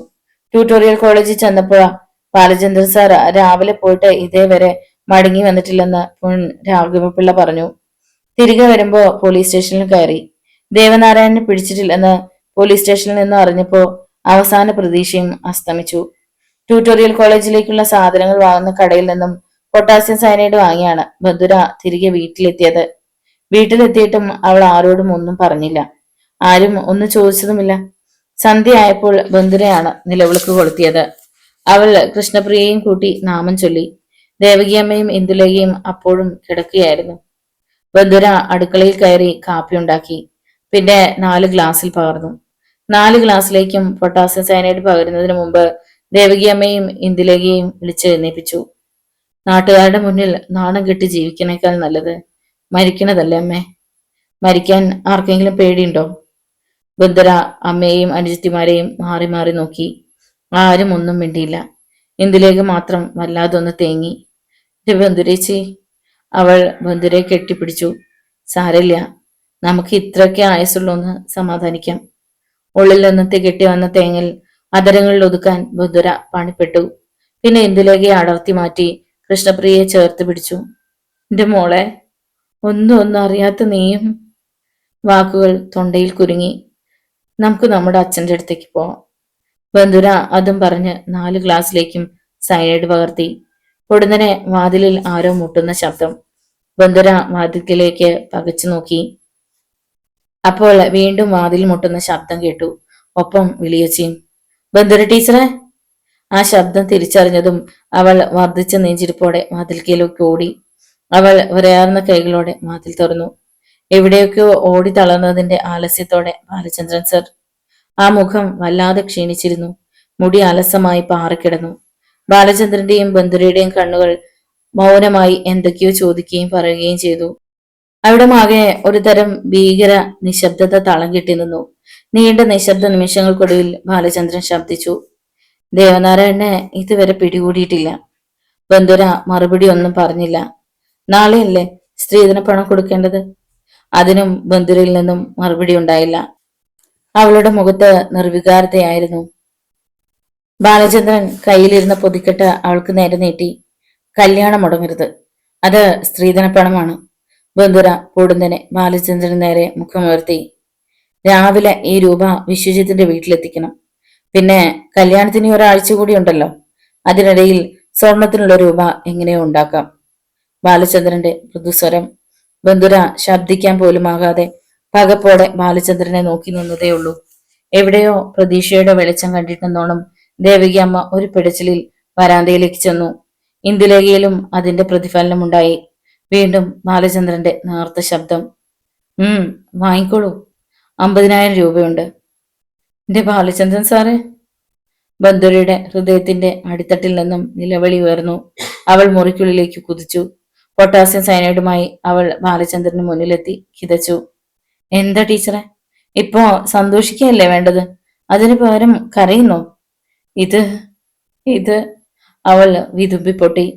അയാൾ അവളുടെ കയ്യിലിരുന്ന പൊതിയിലേക്ക് നോക്കി. ബാലചന്ദ്രനിൽ ഒരു നടുക്കമുണ്ടായി. Potassium cyanide. ടീച്ചറെ. അയാളുടെ ശബ്ദം തൊണ്ടയിൽ കുടുങ്ങി. ഇതല്ലാതെ വേറൊരു വഴി മുന്നിലില്ലായിരുന്നു സാറേ. അതുകൊണ്ടാ വാങ്ങിയത്. ടീച്ചറിന്റെ എല്ലാ അവസ്ഥയും അറിഞ്ഞിട്ടും മനുഷ്യപ്പറ്റില്ലാതെ ഞാൻ പാതി വഴിയിൽ ഉപേക്ഷിച്ചു പോകുമെന്ന് കരുതിയോ? ബാലചന്ദ്രൻ വർദ്ധിച്ച ഹൃദയ നൊമ്പരത്തോടെ ചോദിച്ചു. അവക്ക് എന്തു പറയണമെന്ന് അറിയില്ലായിരുന്നു. ഭിത്തിമേൽ ഭാരം ചേർത്ത് വെച്ച അവൾ വിമ്മി വിമ്മി കരഞ്ഞു. ബാലചന്ദ്രൻ തുടർന്നു. രാവിലെ മുതൽ ഈ രൂപയുണ്ടാക്കാൻ ഓടി നടക്കായിരുന്നു. എന്റെ പേരിൽ അവസാനമായി ഉണ്ടായിരുന്ന സ്ഥലം ഒരു ബ്ലേഡുകാരന് പണയം വെച്ചതാ. വേണ്ടായിരുന്നു, ഒന്നും വേണ്ടായിരുന്നു. എങ്കിൽ ഈ സയനൈഡ് കഴിച്ച് 4 പേർക്കും മരിക്കായിരുന്നു അല്ലേ? അയാൾ ബന്ധുരയിൽ നിന്നും ദേവകിയമ്മയിലേക്കും കൃഷ്ണപ്രിയയിലേക്കും ദൃഷ്ടി മാറ്റി. പിന്നെ ഇന്ദുലേഖയിൽ ബാലചന്ദ്രന്റെ കണ്ണുകൾ തറഞ്ഞു. അവൾ കുറ്റബോധത്താലും സങ്കടത്താലും മുഖം കുനിച്ചു. വീണ്ടും ബന്ധുരയിലേക്ക് തിരിഞ്ഞു. പാടില്ല ടീച്ചറെ. ഒരാൾ ചെയ്ത തെറ്റിനാ മറ്റു 3 പേർ കൂടി ശിക്ഷ അനുഭവിക്കാൻ വിധിക്കപ്പെട്ടത്. ടീച്ചറിന്റെ മനസ്സ് എനിക്ക് നന്നായി അറിയാമായിരുന്നു. അങ്ങനെ സംഭവിക്കാതിരിക്കാനാ ഞാൻ പുലർച്ചെ മുതലേ ഓടി നടന്നത്. അതിന്റെ ഫലം കിട്ടിയല്ലോ, എനിക്കത് മതി, തൃപ്തിയായി. ബാലചന്ദ്രൻ ഒന്ന് നിർത്തിയിട്ട് കടലാസ് പൊതി ബന്ധുരയുടെ കയ്യിൽ വെച്ചു കൊടുത്തിട്ട് തുടർന്നു. സമാധാനത്തോടെ കിടന്നുറങ്ങും. രാവിലെ എണീറ്റ് ഈശ്വരനെ മനസ്സിൽ വിചാരിച്ച് ഈ പണം വിശ്വജിത്തിന്റെ വീട്ടിലെത്തിക്ക്. അതും പറഞ്ഞ് പുറത്തേക്കിറങ്ങി നടക്കാൻ തുടങ്ങിയിട്ട് തിരിച്ച് ബന്ധുരയുടെ മുന്നിലെത്തി നിന്നു. ഈ സാധനം ടീച്ചറിന്റെ കയ്യിലിരുന്ന ഇനിയും വേണ്ടാത്തത് വല്ലതും തോന്നും. ബാലചന്ദ്രൻ നേർത്തൊരു പുഞ്ചിരിയോടെ ബന്ധുരയുടെ കയ്യിൽ നിന്നും സയനൈഡ് പിടിച്ചു വാങ്ങി പുറത്തെ ഇരുട്ടിലേക്ക് നടന്നു. ബന്ധുര സ്വപ്നത്തിൽ എന്നോണം നിന്നുപോയി. ബാലചന്ദ്രൻ സാറ് വരാൻ ഒരു സെക്കൻഡ് വൈകിയിരുന്നെങ്കിൽ താനും അമ്മയും അനുജത്തിമാരും ഇപ്പോ മരണത്തിലേക്ക് മയങ്ങി വീഴുമായിരുന്നു എന്നറിഞ്ഞപ്പോ ബന്ധുര ഒരു ഉൾക്കിടിലത്തോടെ അമ്മയെയും അനുജത്തിമാരെയും നോക്കി. ഈശ്വര, ഇത് തങ്ങളുടെ പുനർജന്മമാണ്. ബാലചന്ദ്ര സാറിന്റെ ഔദാര്യത്തിൽ കിട്ടിയ 2ാം ജന്മം. എന്റെ മോളെ, ഇത്രയൊക്കെ നമ്മളെ സഹായിക്കാൻ ആ സാറ് നമ്മുടെ ആരാ? ഇപ്പോ നമ്മുടെ ജീവനും അഭിമാനമാണ് ആ സാറ് രക്ഷിച്ചത്. ദേവകി അമ്മ ബന്ധുരയെ കെട്ടിപ്പിടിച്ച് കരഞ്ഞു. രാത്രി കിടക്കുമ്പോൾ ബന്ധുരയും സ്വയം ചോദിച്ചു, ബാലചന്ദ്രൻ സാറ് തന്റെ ആരാണ്? അദ്ദേഹത്തിന്റെ ട്യൂട്ടോറിയൽ കോളേജിലെ വെറും ഒരു അധ്യാപിക. അദ്ദേഹം തരുന്ന ശമ്പളം കൊണ്ടാണ് ഈ കുടുംബം പട്ടിണി കൂടാതെ കഴിയുന്നത്. എന്നിട്ടും അതിനൊക്കെ അപ്പുറം തന്നെയും തന്റെ വീടിനെയും സ്നേഹിക്കുകയും സഹായിക്കുകയും ചെയ്യുന്നു. ആ നല്ല മനുഷ്യന് തിരികെ നൽകുവാൻ തന്റെ കയ്യിൽ ഒന്നുമില്ല, ഒന്നും. പിറ്റേ ദിവസം രാവിലെ പഞ്ചായത്ത് മെമ്പർ ഉത്തമക്കുറുപ്പിനെയും കരയോഗം പ്രസിഡന്റ് ശ്രീധരൻ നായരെയും കൂട്ടിയാണ് ബന്ധുര വിശ്വജിത്തിന്റെ വീട്ടിൽ ചെന്ന് പണം കൊടുത്തത്. വിശ്വജിത്തിന്റെ അമ്മയും അളിയനും അത്ര നല്ലവരല്ലെന്ന് അറിയാവുന്നതുകൊണ്ട് പണം കൊടുത്തു എന്നതിനുള്ള ഒരു തെളിവിന് വേണ്ടിയാണ് അവരെയും കൊണ്ടുപോയത്. ഇനി 10 പവന്റെ സ്വർണമാണ് വേണ്ടത്. തന്റെ കാതിലെ മുട്ടുകമ്മൽ ഉൾപ്പെടെ വീട്ടിലുള്ളതെല്ലാം കൂടി എടുത്താൽ പോലും 3 പവനിൽ കൂടുതൽ ഉണ്ടാവില്ല. ഇനിയും ബാലചന്ദ്ര സാറിനെ എങ്ങനെ ബുദ്ധിമുട്ടിക്കാനാണ്? എടി മോളെ, ബന്ധുരെ, ഇനി സ്വർണത്തിന് എന്തോ ചെയ്യും? ഒരു തരി സ്വർണം കുറഞ്ഞു പോയാ അവര് സമ്മതിക്കുമെന്ന് തോന്നണില്ല. ദേവികമ്മ കുണ്ഠിതപ്പെട്ടു. സ്ത്രീധനം പോലും കൊടുക്കാൻ കഴിയാതെ ആത്മഹത്യ ചെയ്യാൻ പോയവരല്ലേ നമ്മള്. ഇവിടെ വരെ എത്തിയില്ലേ? അതുപോലെ ഇത് നടക്കുമേ. അമ്മ സമാധാനപ്പെട്. അമ്മയെ സമാധാനിപ്പിക്കാൻ അങ്ങനെ പറഞ്ഞുവെങ്കിലും 7 പവൻ എങ്ങനെ ഉണ്ടാക്കുമെന്ന് അവൾക്കും ഒരു പിടിയുമില്ലായിരുന്നു. വിവാഹത്തിന് ഇനി 5 ദിവസമേ ഉള്ളൂ. ബന്ധുര അന്ന് ട്യൂട്ടോറിയൽ കോളേജിലേക്ക് പോയി. ദേവനാരായണനെ പോലീസ് പിടിച്ചത് ബാലചന്ദ്രൻ സാർ പറഞ്ഞാണ് അവൾ അറിഞ്ഞത്. ആ രൂപ കിട്ടിയോ സാറേ? പെട്ടെന്ന് അവൾ ചോദിച്ചു. അവൻ പിടിച്ചു പറിച്ചിട്ടില്ലെന്നാ പോലീസിനോട് പറഞ്ഞിരിക്കുന്നത്. ഏതോ ചേരിയിൽ ഒരു വേശ്യയുടെ വീട്ടിൽ നിന്നാണ് അറസ്റ്റ് ചെയ്തത്. രൂപയൊന്നും കണ്ടെടുത്തിട്ടില്ല. അത് കേട്ട് അവളുടെ മുഖം വാടി. സ്വർണം ഇനിയും വേണം. അയാളെ പിടിച്ചെന്ന് അറിഞ്ഞപ്പോ വെറുതെയെങ്കിലും ഒന്ന് സന്തോഷിച്ചതാ. ഇനിയിപ്പോ ആ പ്രതീക്ഷയും വേണ്ട. അവൾ തീരെ പതിഞ്ഞ ശബ്ദത്തിൽ പറഞ്ഞു. ടീച്ചർ വിഷമിക്കണ്ട. ടൗണിലെ ഒരു സ്വർണ്ണക്കടക്കാരനോട് ഞാൻ പറഞ്ഞു വെച്ചിട്ടുണ്ട്. ചിലപ്പോ അത് ശരിയാകും. വൈകുന്നേരം നമുക്ക് ഒന്നിച്ചിറങ്ങാം. ബാലചന്ദ്രൻ അവളെ ആശ്വസിപ്പിച്ചു. വൈകുന്നേരം കോളേജിൽ നിന്നും മടങ്ങും മുമ്പ് ബന്ധുര സഹപ്രവർത്തകരെ എല്ലാം കല്യാണം ക്ഷണിച്ചു. ടീച്ചറിന്റെ കല്യാണം എന്നാ ഞങ്ങൾക്ക് കൂടാൻ കഴിയുക? ഉടനെ വല്ലതും കാണോ? റോസി ടീച്ചർ കളിയായി ചോദിച്ചു. ബന്ധുര വെറുതെ ഒന്ന് പുഞ്ചിരിച്ചതേ ഉള്ളൂ. വൈകുന്നേരം കോളേജ് വിട്ട് ബാലചന്ദ്രനും ബന്ധുരയും ഒരുമിച്ചാണ് ഇറങ്ങിയത്. ടൗണിലെ സ്വർണ്ണക്കടയ്ക്ക് മുന്നിലെത്തിയപ്പോൾ ബാലചന്ദ്രൻ പറഞ്ഞു, ടീച്ചർ ഇവിടെ നിൽക്ക്, സ്വർണത്തിന്റെ കാര്യം ഒന്ന് തിരക്കിയിട്ട് വരാം. അത് പറഞ്ഞ് ബാലചന്ദ്രൻ സ്വർണ്ണക്കടയിലേക്ക് കയറി. സർവ്വ ദൈവങ്ങളെയും പ്രാർത്ഥിച്ചുകൊണ്ട് ബന്ധുര പുറത്തു നിന്നു. അല്പസമയം കഴിഞ്ഞപ്പോൾ ബാലചന്ദ്രൻ വന്നു. ടീച്ചറെ, രക്ഷപ്പെട്ടു. 3 മാസത്തെ അവധിക്ക് 5 പവന്റെ സ്വർണം തരാമെന്ന് പറഞ്ഞു. വാ, എടുത്തോണ്ട് പോവാം. ചെക്ക് നാളെ ഞാൻ കൊടുത്തോളാം. ബന്ധുരയുടെ കണ്ണു നിറഞ്ഞു പോയി. ഒരു രക്ഷകർത്താവിന്റെ സ്ഥാനത്ത് നിന്നുകൊണ്ടാണ് ബാലചന്ദ്രൻ സാർ എല്ലാം ചെയ്യുന്നത്. ഈ കടങ്ങളൊക്കെ താൻ എങ്ങനെ തീർക്കും? 5 പവന്റെ ആഭരണങ്ങളും വാങ്ങിയിറങ്ങുമ്പോൾ ബന്ധുര ചോദിച്ചു, വീട് വരെ വന്നിട്ട് പോകരുതോ? എന്താ, ഇതും ദേവനാരായണൻ പിടിച്ചു പറിച്ചുകൊണ്ട് പോകുന്ന പേടിച്ചിട്ടാണോ? അവനെ മറ്റൊരു കേസിൽ 14 ദിവസത്തേക്ക് റിമാൻഡ് ചെയ്തിരിക്കുക. ടീച്ചർ ധൈര്യമായിട്ട് പോയിക്കോ. ബാലചന്ദ്രൻ പുഞ്ചിരിച്ചു. ഈ കടങ്ങളൊക്കെ എനിക്ക് എന്ന് തീർക്കാൻ കഴിയും ബാലചന്ദ്രൻ സാറേ? ഈ ജന്മത്തിൽ എനിക്കതിന് കഴിയോ? ബന്ധുരയുടെ മിഴികൾ സജലങ്ങളായി. ഇനി ഇവിടെ നിന്നാ സെന്റിമെന്റ്സ് കൂടും. ടീച്ചർ ഇതാ ഓട്ടോയിൽ പോയിക്കോ. ബാലചന്ദ്രൻ ഓട്ടോ കൈ കാണിച്ച് നിർത്തിയിട്ട് 50 രൂപ എടുത്ത് അവൾക്ക് കൊടുത്തു. ആ, ഇനി കല്യാണം കഴിഞ്ഞിട്ട് കോളേജിൽ വന്നാൽ മതി. ബന്ധുര പോയി കഴിഞ്ഞപ്പോൾ അയാൾ തിരികെ നടന്നു. ബന്ധുര വീട്ടിലെത്തി സ്വർണം ഇന്ദുലേഖയെ ഏൽപ്പിക്കുമ്പോൾ അവൾ വിങ്ങിപ്പൊട്ടി. ബന്ധുരേച്ചിയെ ഞാൻ ഒത്തിരി വേദനിപ്പിച്ചതാ. എന്നിട്ടും എന്താ പെണ്ണെ, നീ ഇപ്പൊ കല്യാണ പെണ്ണാ. വെറുതെ കരഞ്ഞ് മുഖം വൃത്തിയേടാക്കണ്ട. ബന്ധുര തോളിൽ തട്ടി ആശ്വസിപ്പിച്ചു. എത്ര പവനുണ്ട് മോളെ? ദേവികമ്മ ചോദിച്ചു. 5. 10 തികയില്ലാലോ മോളെ. 1.25 പവനോട് വേണം. 1.25 പവനോട് വേണം. അതിനെ എവിടെ നിന്നുണ്ടാക്കാന്നാ ഞാൻ ആലോചിക്കുന്നത്. ബന്ധുര നിസ്സഹായതയോട് പറഞ്ഞു. ഇത്രയൊക്കെ ഒപ്പിച്ചില്ലേ മോളെ, ഇനിയുള്ളത് അവർ സഹിക്കട്ടെ. അമ്മ അങ്ങനെ പറഞ്ഞുവെങ്കിലും വിശ്വജിത്തിന്റെ അമ്മ 1.25 പവൻ എഴുതി തള്ളില്ലെന്ന് ബന്ധുരയ്ക്ക് അറിയാമായിരുന്നു. ഓരോ ദിവസവും കൊഴിഞ്ഞു വീണുകൊണ്ടിരുന്നു. ബാലചന്ദ്രൻ സാർ ഓരോ ദിവസവും വന്ന് കല്യാണത്തിന്റെ ഒരുക്കങ്ങൾ അന്വേഷിച്ചുകൊണ്ടിരുന്നു. കല്യാണത്തിന്റെ തലേ ദിവസം മഹാത്മാ ട്യൂട്ടോറിയൽ കോളേജിലെ മുഴുവൻ സ്റ്റാഫും വീട്ടിലെത്തി. അവരെല്ലാം ചേർന്ന് പിരിച്ചെടുത്ത 2000 രൂപ ജോർജ് സാർ ബന്ധുരയെ ഏൽപ്പിച്ചു. പിറ്റേ ദിവസം വീടിനടുത്തുള്ള ക്ഷേത്രത്തിൽ വെച്ചായിരുന്നു വിവാഹം. വളരെ കുറച്ചു പേരെ മാത്രമേ വിവാഹത്തിന് ക്ഷണിച്ചിരുന്നുള്ളൂ. വരന്റെ സംഘത്തിലും ആളുകൾ കുറവായിരുന്നു. വിവാഹശേഷം വരന്റെ ക്ഷേത്രത്തിലെ ഊട്ടുപുരയിൽ സദ്യ ഉണ്ടായിരുന്നു. കുടുംബനാഥനെ പോലെ ബാലചന്ദ്രൻ എല്ലാ കാര്യത്തിലും മുന്നിൽ തന്നെ ഉണ്ടായിരുന്നു. വരന്റെ വീട്ടിലേക്ക് പോകാൻ കാറിൽ കയറുന്നതിന് മുമ്പ് ഇന്ദുലേഖ ബന്ധുരയെ കെട്ടിപ്പിടിച്ചു കരഞ്ഞു. ബന്ധുരേച്ചി. ഇന്ദു, നീ എന്താ കൊച്ചു കുട്ടികളെ പോലെ? ദൂരെ എങ്ങും അല്ലല്ലോ പോണത്. എപ്പോ വേണേലും വരികയും പോവുകയും ചെയ്യാലോ. സന്തോഷത്തോടെ ചെല്ല്. ബന്ധുര അവളുടെ കണ്ണുകൾ ഒപ്പിയിട്ട് കാറിലേക്ക് പിടിച്ചു കയറ്റി. കാർ അകന്നു പോകുമ്പോൾ ബന്ധുരയ്ക്കും സങ്കടമായിരുന്നു. ദേവികയമ്മയുടെ സങ്കടം മറ്റൊന്നായിരുന്നു. ബന്ധുരയുടെ കല്യാണം നടക്കേണ്ട സ്ഥാനത്താണ് ഇളയവൾ സുമംഗലിയായി പോകുന്നത്. അവർക്കത് സഹിക്കാനായില്ല. ചടങ്ങുകളെല്ലാം കഴിഞ്ഞ് തിരിച്ച് വീട്ടിലെത്തിയപ്പോഴേക്കും ബന്ധുര ആകെ തളർന്നിരുന്നു. അവൾ വന്നയുടനെ കട്ടിലിൽ കയറി കടന്നു. സന്ധ്യയോടെ ഏറ്റവും അടുത്ത ബന്ധുക്കളും പൂമംഗലത്തു നിന്നും പോയി കഴിഞ്ഞു. ദേവികയമ്മയും ബന്ധുരയും കൃഷ്ണപ്രിയയും മാത്രമായി. അന്ന് ആദ്യമായി ഇന്ദുലേഖയില്ലാതെ അവർ 3 പേരും മാത്രമായി സന്ധ്യാനാമം ചൊല്ലി. രാത്രി കിടക്കുമ്പോൾ കൃഷ്ണപ്രിയയ്ക്കായിരുന്നു കൂടുതൽ സങ്കടം. കിടക്കാൻ നേരം പുതപ്പിനെ ചൊല്ലിയോ തലയണയ്ക്ക് വേണ്ടിയോ ഒക്കെ ആയിരിക്കും ഇന്ദുലേഖയുമായി ചെറിയ ശണ്ട കൂടാറുള്ളത്.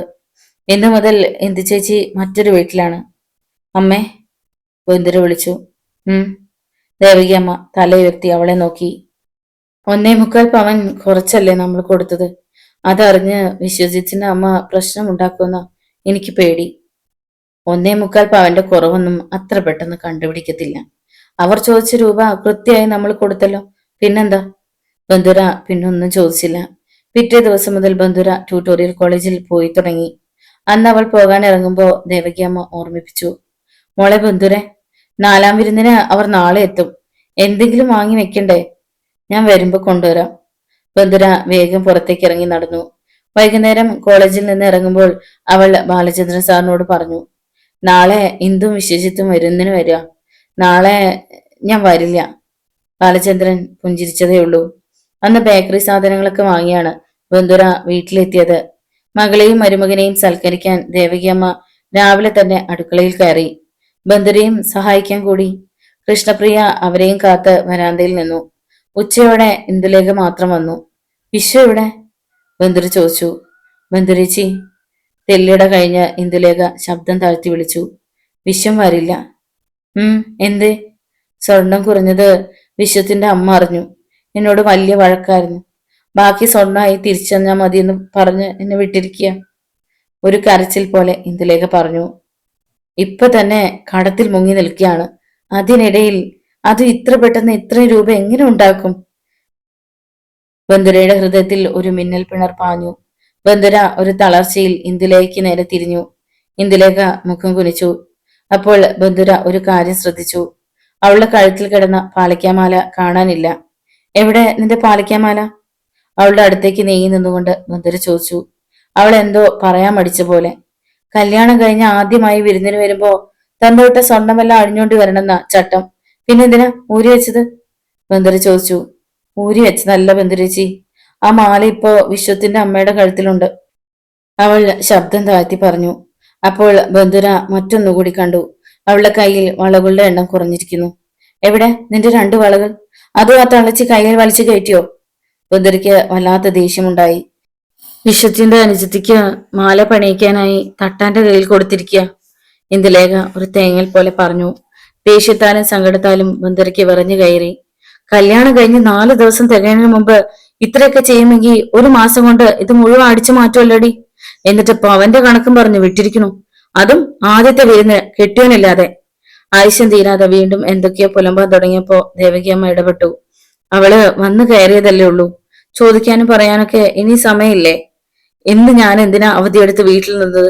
കല്യാണത്തിന് തന്നെ എത്ര ദിവസം കോളേജിൽ പോകാതിരുന്നത്? ഇന്ന് നമ്മുടെ വീട്ടിൽ നടക്കുന്ന ആദ്യത്തെ ചടങ്ങാണ്. കെട്ടിച്ചയച്ച ശേഷം പെണ്ണും ചെക്കനും ആദ്യമായി വരുന്ന ദിവസം. അതുകൊണ്ടാണ് ഞാൻ അവധിയെടുത്തത്. എന്നിട്ട് കണ്ടില്ലേ, ഇവളെ തനിച്ചു വിട്ടിരിക്കണു. അതും കുറഞ്ഞുപോയ സ്വർണത്തിന്റെ കണക്കും പറഞ്ഞ്. എന്നിട്ട് എന്തേ, നമ്മൾ കൊടുത്തുവിട്ട സ്വർണം ഇവളുടെ ദേഹത്തുണ്ടോ? ദേവകി അമ്മ മറുപടി ഒന്നും പറഞ്ഞില്ല. ഒത്തിരി കഷ്ടപ്പെട്ടും കണ്ണീര് ഒടിച്ചും ദൈവത്തോട് പ്രാർത്ഥിച്ചു നടന്ന കല്യാണം അത്. അതല്ലെങ്കിൽ ഭാമിനിയൊപ്പോട് മുടിയനായ പുത്രൻ എല്ലാം തട്ടിയെടുത്തോണ്ട് പോയപ്പോ ഈ കല്യാണം നടക്കായിരുന്നു. വിഷമം കൊണ്ട് പറഞ്ഞു പോയെന്നേ ഉള്ളൂ. ഇല്ല, ഞാനിനി ഒന്നും പറയുന്നില്ല. ബന്ധുര നളിഞ്ഞ കണ്ണുകൾ തുടച്ച് അടുത്ത മുറിയിലേക്ക് പോയി. ഇന്ദു ചേച്ചി, കൃഷ്ണപ്രിയ വിളിച്ചു. ഇന്ദുലേഖ നിറനയനങ്ങളോടെ കൃഷ്ണപ്രിയയ്ക്ക് നേരെ മുഖമുയർത്തി. ഇന്ദു ചേച്ചി പാവം കളിച്ചു നിന്നിട്ടാ. അതല്ലെങ്കിൽ പുത്തനച്ചി പുറപ്പുറം തോക്കണതുപോലെ അമ്മായിയമ്മയും മരുമകളെ സുഖിപ്പിക്കാൻ വേണ്ടി നിന്നു കൊടുത്തതാ. അതല്ലെങ്കിൽ കല്യാണത്തിന് തലയിൽ വെച്ച മുല്ലപ്പൂവിന്റെ മണം മാറുന്നതിന് മുമ്പ് പുതുപ്പെണ്ണിന്റെ മാലയും വളയും ഇട്ടോണ്ട് ഞെളിഞ്ഞു നടക്കുവോ? ഞാനായിരുന്നെങ്കിൽ പല്ലടിച്ച് താഴെയിട്ടേനെ. കൃഷ്ണേ, ദേവകിയമ്മ താക്കിയതുപോലെ വിളിച്ചു. നീ ഇളയതാ, ആ സ്ഥാനത്ത് നിന്നാ മതി. ഇവള് ജീവിതം തുടങ്ങിയതേ ഉള്ളൂ. പുതുനെല്ലിൽ കല്ലുകടിച്ച് വെറുതെ പല്ലിന് കേടുവരുത്തണ്ട. ഏയ്, ഞാനൊന്നും പറയുന്നേ ഇല്ലേ. രൂപ 50,000 തുപ്പല് തൊട്ട് എണ്ണി മേടിച്ചല്ലേ. തള്ളയ്ക്കും മൂക്കും മാലയിട്ട് ഞെളിഞ്ഞു നടക്കണമെന്ന് പൂതിയാണേ ആ രൂപയൊന്ന് മേടിച്ചാൽ പോരായിരുന്നോ? അതുകൊണ്ട് പറഞ്ഞേ ഉള്ളൂ. കൃഷ്ണപ്രിയ മുഖം വക്രിച്ച് പുറത്തേക്കിറങ്ങി. ബുന്ദരിയും കൃഷ്ണപ്രിയയും പറയുന്നതിലും കാര്യമുണ്ടെന്ന് ദേവകിയമ്മയ്ക്ക് അറിയാമായിരുന്നു. പക്ഷേ താൻ കൂടി എന്തെങ്കിലും പറഞ്ഞാൽ ഇന്ദുലേഖ ആകെ തകരും. ദേവകിയമ്മ ഇന്ദുലേഖയ്ക്ക് നേരെ തിരിഞ്ഞു. ഞാൻ എന്ത് ചെയ്യാനാ അമ്മേ? ചെന്ന് കയറിയ ഉടനെ ഒരു വഴക്കുണ്ടായ കുറ്റം എന്റേതല്ലെങ്കിൽ കൂടി മറ്റുള്ളവർ എന്നെ പ്രതിക്കൂട്ടിലാക്കൂ. അതോർത്താ ഞാൻ ഒന്നും മിണ്ടാതിരുന്നത്. അവൾ പതിഞ്ഞ ശബ്ദത്തിൽ പറഞ്ഞു. അയൽവക്കത്തുള്ള നാരായണിയും കുഞ്ഞുപെണ്ണും വരുന്നത് കണ്ടപ്പോ ദേവകിയമ്മ വല്ലാതായി. പെണ്ണും ചെക്കനും വരുന്നത് അറിഞ്ഞ് കാണാൻ വരിക. നിന്റെ നായര എവിടെന്ന് ചോദിച്ചാ എന്താ പറയാ? ഛേ, അവർ തല കുടഞ്ഞു. ഇന്ദുലേഖയും വിളറി നിന്നു. ഇന്ദു ബസ് സ്റ്റോപ്പില് ബസ് ഇറങ്ങണത് കണ്ടുവെന്ന് മീൻകടക്കാരൻ വാവച്ചൻ പറഞ്ഞു. എവിടെ നിന്റെ കെട്ടിയോൻ? കല്യാണത്തിന്റെ തിരക്കില് നല്ലോണം ഒന്നും കാണാൻ പറ്റിയില്ല. നാരായണി അടുത്ത് വന്ന് ചിരിച്ചുകൊണ്ട് പറഞ്ഞു. എന്തു പറയണമെന്നറിയാതെ വിഷമിക്കുകയാണ് ഇന്ദുലേഖ. നാണിക്കാതെ വിളിച്ചോണ്ട് വാ ഇന്ദു കൊച്ചെ, ഞങ്ങളൊന്ന് കണ്ടോട്ടെ. വീട്ടിൽ ചെന്നിട്ട് പണിയുള്ളതാ. കൊച്ചുപെണ്ണ് തിടുക്കം കൂട്ടി. വന്നില്ല, എവിടെയോ ഫോട്ടോ എടുക്കാൻ പോയിരിക്കുക. വൈകിട്ടെത്തും, അവൾ വിക്കി വിക്കി പറഞ്ഞു. ബന്ധുര അടുത്ത മുറിയിൽ നിന്നുകൊണ്ട് ഇന്ദുലേഖ പറഞ്ഞു കേട്ടു. നല്ല പോലെ കള്ളം പറയാൻ തന്റെ അനുജത്തിക്ക് വശമാണെന്ന് തോന്നി. യോ, അതെന്തൊരു പോക്കാ. ഇന്നൊരു ദിവസം ഫോട്ടോ എടുത്തില്ല എന്ന് വെച്ച് ആകാശം ഇടിഞ്ഞു വീഴുവോ? ജീവിതത്തിൽ ഒരിക്കലേ ഇങ്ങനെയൊക്കെയുള്ള ചടങ്ങുണ്ടാവൂ. ഫോട്ടോ നാളെ എടുക്കാം, പക്ഷെ 4ാം വിരുന്ന് എന്ന ചടങ്ങ് 5ാം വിരുന്ന് ആക്കാൻ പറ്റുമോ? നാരായണി പിന്നെ ദേവകിയമ്മയ്ക്ക് നേരെ തിരിഞ്ഞു. അല്ല ദേവകിയമ്മേ, ഞാനും അത് പറയുകയായിരുന്നു. വിശ്വം തന്നെ ഫോട്ടോ എടുക്കണമെന്ന് ആർക്കോ നിർബന്ധമാണത്രേ. അതുകൊണ്ടാ വരാതിരിക്കണേന്ന്. ദേവകിയമ്മ അത് പറഞ്ഞ് ചിരിക്കാൻ ശ്രമിച്ചത് വിഫലമായി. എന്നാ ഞങ്ങൾ പോയിട്ട് പിന്നെ വരാം. ഇന്ദുവിനെ എന്നും കാണുന്നതല്ലേ, ഞങ്ങൾക്ക് ചെക്കനെയാ കാണേണ്ടത്. നാരായണിയും കൊച്ചുപെണ്ണും പുറത്തേക്കിറങ്ങി. അമ്മയും ഇന്ദു ചേച്ചിയും പുതിയ കുറെ നമ്പർ കൂടി പഠിച്ചു വെച്ചോ, ഇനിയും ആൾക്കാർ വന്നെന്നിരിക്കും. കൃഷ്ണപ്രിയ പരിഹസിച്ചു. എന്നാലും എന്റെ മോളെ, നമ്മൾ നാണം കെടുവല്ലോ. എങ്ങനെയും വിശ്വത്തെ കൂടി നീ കൊണ്ടുവരണമായിരുന്നു. തനിച്ചായിരുന്നെങ്കിൽ വരേണ്ടിയിരുന്നില്ലായിരുന്നു. കടുത്ത നിരാശയോടും ദുഃഖത്തോടെയും ദേവകിയമ്മ പെറുപെറുത്തു. വിശ്വത്തിന് അമ്മ പറയണത് വേദവാക്യം. എതിർത്തൊരു അക്ഷരം മിണ്ടില്ല. ആ തള്ളയാ പറഞ്ഞത്. പറഞ്ഞുറപ്പിച്ച സ്വർണം മുഴുവൻ തന്നിട്ട് പോയാ മതിയെന്ന്. തനിച്ചാണെങ്കിൽ ഞാനും പോകുന്നില്ല എന്ന് പറഞ്ഞപ്പോ അത് അവര് സമ്മതിച്ചില്ല. ഞാൻ തനിച്ച് ചെന്നാലേ ഇവിടെയുള്ളവർക്ക് കാര്യത്തിന്റെ ചൂടറിയുള്ളൂ എന്ന്. ഇന്ദുലേഖയുടെ വാക്കുകൾ ഇടറി. അമ്മ പിണക്കണ്ടെന്ന് കരുതി നിന്റെ കൂടെ വരാതിരുന്നതാ. നീ സമാധാനപ്പെട്, വിശ്വം വരാണ്ടിരിക്കില്ല. നീ വേഷം മാറിയിട്ട് വന്ന് വല്ലതും കഴിക്ക്. ദേവികമ്മ അടുക്കളയിലേക്ക് കയറി. പക്ഷെ അന്ന് മുഴുവൻ കാത്തിരുന്നിട്ടും വിശ്വജിത്ത് വന്നില്ല. രാത്രി ഏറെ ഇരുട്ടുവോളം ഇന്ദുലേഖ ഉറങ്ങാതെ കിടന്നു. ഇന്ദു, നീ വെറുതെ ഉറക്കം വിളിക്കേണ്ട, കിടന്നുറങ്ങാൻ നോക്ക്. അവൾ ഉറങ്ങിയിട്ടില്ലെന്ന് മനസ്സിലായപ്പോൾ ബന്ധുര മെല്ലെ പറഞ്ഞു. പിറ്റേ ദിവസം രാവിലെ കുട്ടികൾക്ക് ട്യൂഷൻ കഴിഞ്ഞ് ബന്ധുര കോളേജിലേക്ക് പോകാൻ ഇറങ്ങി. ബന്ധുരേച്ചി, ഇന്ദുലേഖ പിന്നാലെ ചെന്നു. ബന്ധുര തിരിഞ്ഞു നിന്നു. ഞാൻ എന്താ ചെയ്യേണ്ടത്? തിരിച്ചു പോയിക്കോട്ടെ? ഇന്ദുലേഖ അറിയാതെ വിതുമ്പി. നിന്റെ കഴുത്തിൽ താലി കിട്ടിയ ഒരുത്തനുണ്ടല്ലോ, ആണൊരുത്തൻ. അവൻ വരട്ടെ, എന്നിട്ട് തീരുമാനിക്കാം എന്താ വേണ്ടെന്ന്. പറഞ്ഞതും ബന്ധുര മുറ്റത്തേക്കിറങ്ങി വേഗം നടന്നു. ദേവകിയമ്മ വാതിൽക്കൽ നിൽപ്പുണ്ടായിരുന്നു. ഇന്ദുലേഖ അമ്മയ്ക്ക് മുന്നിൽ ചെന്ന് നിന്നു. നമുക്ക് ചേർന്ന ബന്ധമല്ലായിരുന്നു അല്ലേ മോളെ? അതെ എന്ന അർത്ഥത്തിൽ ഇന്ദുലേഖ ഇരുവശത്തേക്കും 2 വട്ടം തല ചലിപ്പിച്ചു. ബന്ധുര നിനക്ക് മുന്നറിയിപ്പ് തന്നതല്ലേ മോളെ? നീ അനുസരിച്ചില്ല. പകരം നീ അവളെ ധിക്കരിച്ചു. എന്നിട്ടും കണ്ടില്ലേ, സ്വന്തം ഭാവി മറന്ന്, ജീവിതം മറന്ന് നിന്റെ കല്യാണം നടത്തിയത്. ഇപ്പൊ അവൾ ആദ്യ പിടിച്ചു നടക്കുന്നത് ഈ കടങ്ങളൊക്കെ എങ്ങനെ വീട്ടുമെന്നോർത്താ. അതിനിടയില് ഇനി അവളെ വേദനിപ്പിക്കരുത് മോളെ. ഇന്ദുലേഖ ഒന്നും മിണ്ടാതെ മുറിയിലേക്ക് കയറി. ശരീരമൊക്കെ വല്ലാതെ തളർച്ച തോന്നിയതുകൊണ്ട് കട്ടിലിൽ കയറി കിടന്നു. അമ്മയുടെ വാക്കുകേട്ട് വിശ്വം തന്റെ കൂടെ വരാതിരുന്നതിൽ അവൾക്ക് സങ്കടം തോന്നി. എന്തെല്ലാം നുണക്കഥകൾ പറഞ്ഞാണ് വിശ്വം തന്റെ സ്നേഹം പിടിച്ചു വാങ്ങിയത്. സ്റ്റുഡിയോ സ്വന്തമാണെന്നും വലിയ പണക്കാരാണെന്നൊക്കെ പറഞ്ഞപ്പോ താൻ അറിയാതെ മയങ്ങിപ്പോയി. ഇവിടുത്തെ കഷ്ടപ്പാടുകളിൽ നിന്നും മോചനമാകുമല്ലോ എന്ന് കരുതി. ഒരു പണക്കാരന്റെ ഭാര്യയാകാനുള്ള മനസ്സിന്റെ വെമ്പലായിരുന്നു. എന്നിട്ട് എത്തിപ്പെട്ടതോ തങ്ങളുടേതിനേക്കാൾ എത്രയോ മോശമായ സാഹചര്യത്തിൽ. ഇനി ഒന്നും ചിന്തിച്ചിട്ട് പ്രയോജനമില്ല. ഭർത്താവിന്റെ ജീവിത സാഹചര്യങ്ങളുമായി ഒത്തുപോവുക. അവൾ പലതും ഓരോന്നോർത്ത് മയക്കത്തിലേക്ക് വഴുതി വീണു. അന്ന് പകൽ മുഴുവൻ ബാലചന്ദ്രൻ സാർ ഓഫീസിലുണ്ടായിരുന്നില്ല. വൈകുന്നേരമാണ് വന്നത്. ബന്ധുര ലാസ്റ്റ് ക്ലാസ്സും കഴിഞ്ഞ് സ്റ്റാഫ് റൂമിലേക്ക് നടക്കുമ്പോൾ ഓട്ടോയുടെ ശബ്ദം കേട്ടു. അവൾ തിരിഞ്ഞു നിന്നു.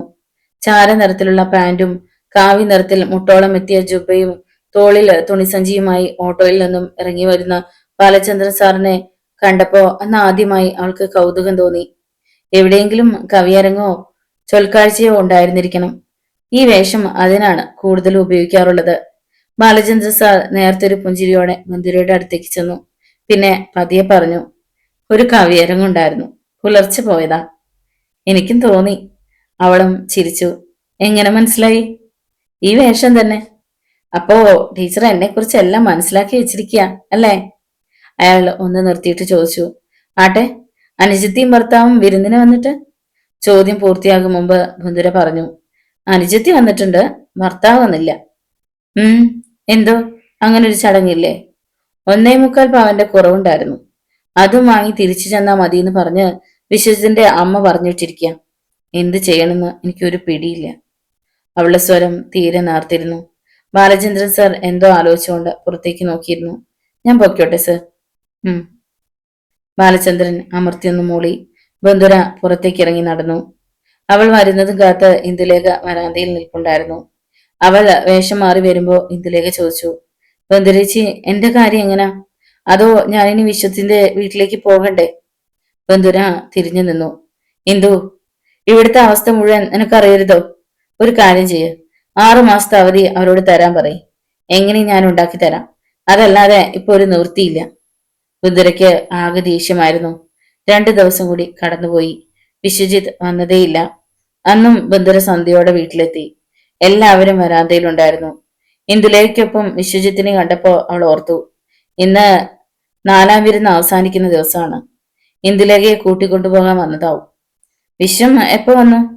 തികട്ടി വന്ന ദേഷ്യം ഉള്ളിലൊതുക്കി അവൾ ചോദിച്ചു. കുറച്ചു നേരമായി, ചേച്ചി വരാൻ കാത്തിരിക്കുകയായിരുന്നു. വിശ്വം പുഞ്ചിരിക്കാൻ ശ്രമിച്ചു. ബന്ധുര അകത്തേക്ക് കയറി. പിന്നാലെ ദേവകിയമ്മയും കൃഷ്ണപ്രിയയും. മറ്റുള്ളവർ പോയി കഴിഞ്ഞപ്പോ വിശ്വജിത്ത് ഇന്ദുലേഖയുടെ ചെവിയിൽ മന്ത്രിച്ചു. എന്ത് പറഞ്ഞാലും നീ സമ്മതിക്കരുത്. ബന്ധുരേച്ചി പഠിച്ച കളിയാ. തരാനുള്ള സ്വർണം തന്നേ പറ്റൂന്ന് കട്ടായം പറയണം. ബന്ധുരേച്ചി ഒരു വാക്ക് പറഞ്ഞ ട്യൂട്ടോറിയൽ കോളേജിലെ ബാലചന്ദ്രൻ സാറ് എന്ത് വേണമെങ്കിലും കൊടുക്കും. ബന്ധുര ഡ്രസ്സ് മാറുമ്പോ ദേവകിയമ്മ പറഞ്ഞു, ഇന്ദുവിനെ കൂട്ടിക്കൊണ്ടുപോകാനാ വിശ്വം വന്നിരിക്കുന്നത്. കൂട്ടിക്കൊണ്ടുപോയിക്കോട്ടെ, ഇവിടെ ആരെ തടസ്സം നിൽക്കണത്? ബന്ധുര തീരെ താല്പര്യമില്ലാത്ത മട്ടിൽ പറഞ്ഞിട്ട് പുറത്തേക്കിറങ്ങി. ബാക്കി സ്വർണം കൊടുക്കണമെന്ന്, അല്ലാതെ പറ്റില്ലാന്ന്. ബന്ധുര അതിന് മറുപടി പറയാതെ വരാന്തയിലേക്ക് ചെന്നു. എന്താ വിശ്വം, 1.25 പവന്റെ സ്വർണത്തിന് വേണ്ടിയാണോ ഇന്ദുവിനെ തനിച്ച് പറഞ്ഞു വിട്ടത്? ബന്ധുര തെല്ല് ഗൗരവത്തിൽ ചോദിച്ചു. തരാനുള്ളത് എന്നാണെങ്കിലും തരേണ്ടതല്ലേ? ഇങ്ങനെയുള്ള കാര്യങ്ങൾ വെച്ച് താമസിപ്പിക്കുന്നത് ശരിയല്ലാത്തോണ്ടാ ഇന്ദുവിന് പറഞ്ഞു വിട്ടത്. അത് തെറ്റൊന്നുമല്ല, വിശ്വജിത്ത് പറഞ്ഞു. തെറ്റാണെന്ന് പറഞ്ഞില്ല, പക്ഷേ എന്തു കാര്യത്തിനും കുറച്ചുകൂടെ അന്തസ് കാണിക്കണം. കല്യാണപ്പുടവയുടെ മണം മാറുന്നതിന് മുമ്പ് കല്യാണ പെണ്ണിന്റെ കഴുത്തിലും കയ്യിലും സ്വർണ്ണം എടുത്ത് അമ്മയ്ക്കും പെങ്ങൾക്കും കൊടുത്തിട്ട് ഇനിയും സ്വർണം വേണമെന്ന് പറഞ്ഞ് ഭാര്യയെ തനി വിടുന്നത് ആണുങ്ങൾക്ക് ചേർന്നതല്ല. വിശ്വജിത്തിന് ആകെ നാണക്കേട് തോന്നി. അവൻ ഇന്ദുവിനെ ദേഷ്യത്തിൽ നോക്കി. എന്നെ നാണം കെടുത്താനാണോ ഇന്ദു നീ ഫോൺ ചെയ്ത് എന്നെ വരുത്തിയത്? വിശ്വജിത്ത് പിന്നെ ബന്ധുരയ്ക്ക് നേരെ തിരിഞ്ഞു. അന്തസ്സില്ലാത്തത് എനിക്കും എന്റെ കുടുംബക്കാർക്കും അല്ല, നിങ്ങൾക്കാ. നാലാളുകയൊക്കെ വീമ്പിളക്കിയതല്ലേ 10 പവൻ തരാമെന്ന. 1.25 പവൻ കുറഞ്ഞ ആരും കണ്ടുപിടിക്കില്ലെന്ന് കരുതിയോ? പറഞ്ഞു പറ്റിക്കണതാ അന്തസ്സുകേട്. തന്റെ ഭർത്താവിനെ തീരെ ചെറുതാക്കിയതിൽ ഇന്ദുലേക്ക് കലശലായ ദേഷ്യമുണ്ടായി. ബന്ധുരേച്ചി എന്തിനാ ആവശ്യമില്ലാത്ത കാര്യങ്ങൾ പറയണത്? സ്ത്രീധനം കൊടുക്കുന്നത് എന്ത് ചെയ്യണമെന്ന് തീരുമാനിക്കേണ്ടത് എന്റെ ഭർത്താവും വീട്ടുകാരുമാണ്, അല്ലാതെ ബന്ധുരേച്ചിയല്ല. ഇന്ദുലേഖ ശബ്ദമുയർത്തി പറഞ്ഞു. ബന്ധുര സ്തബ്ധയായി. തന്റെ അനുജത്തി തന്നെയാണോ പറയുന്നത്? അവൾ ഇന്ദുലേഖയെ തുറച്ചു നോക്കി.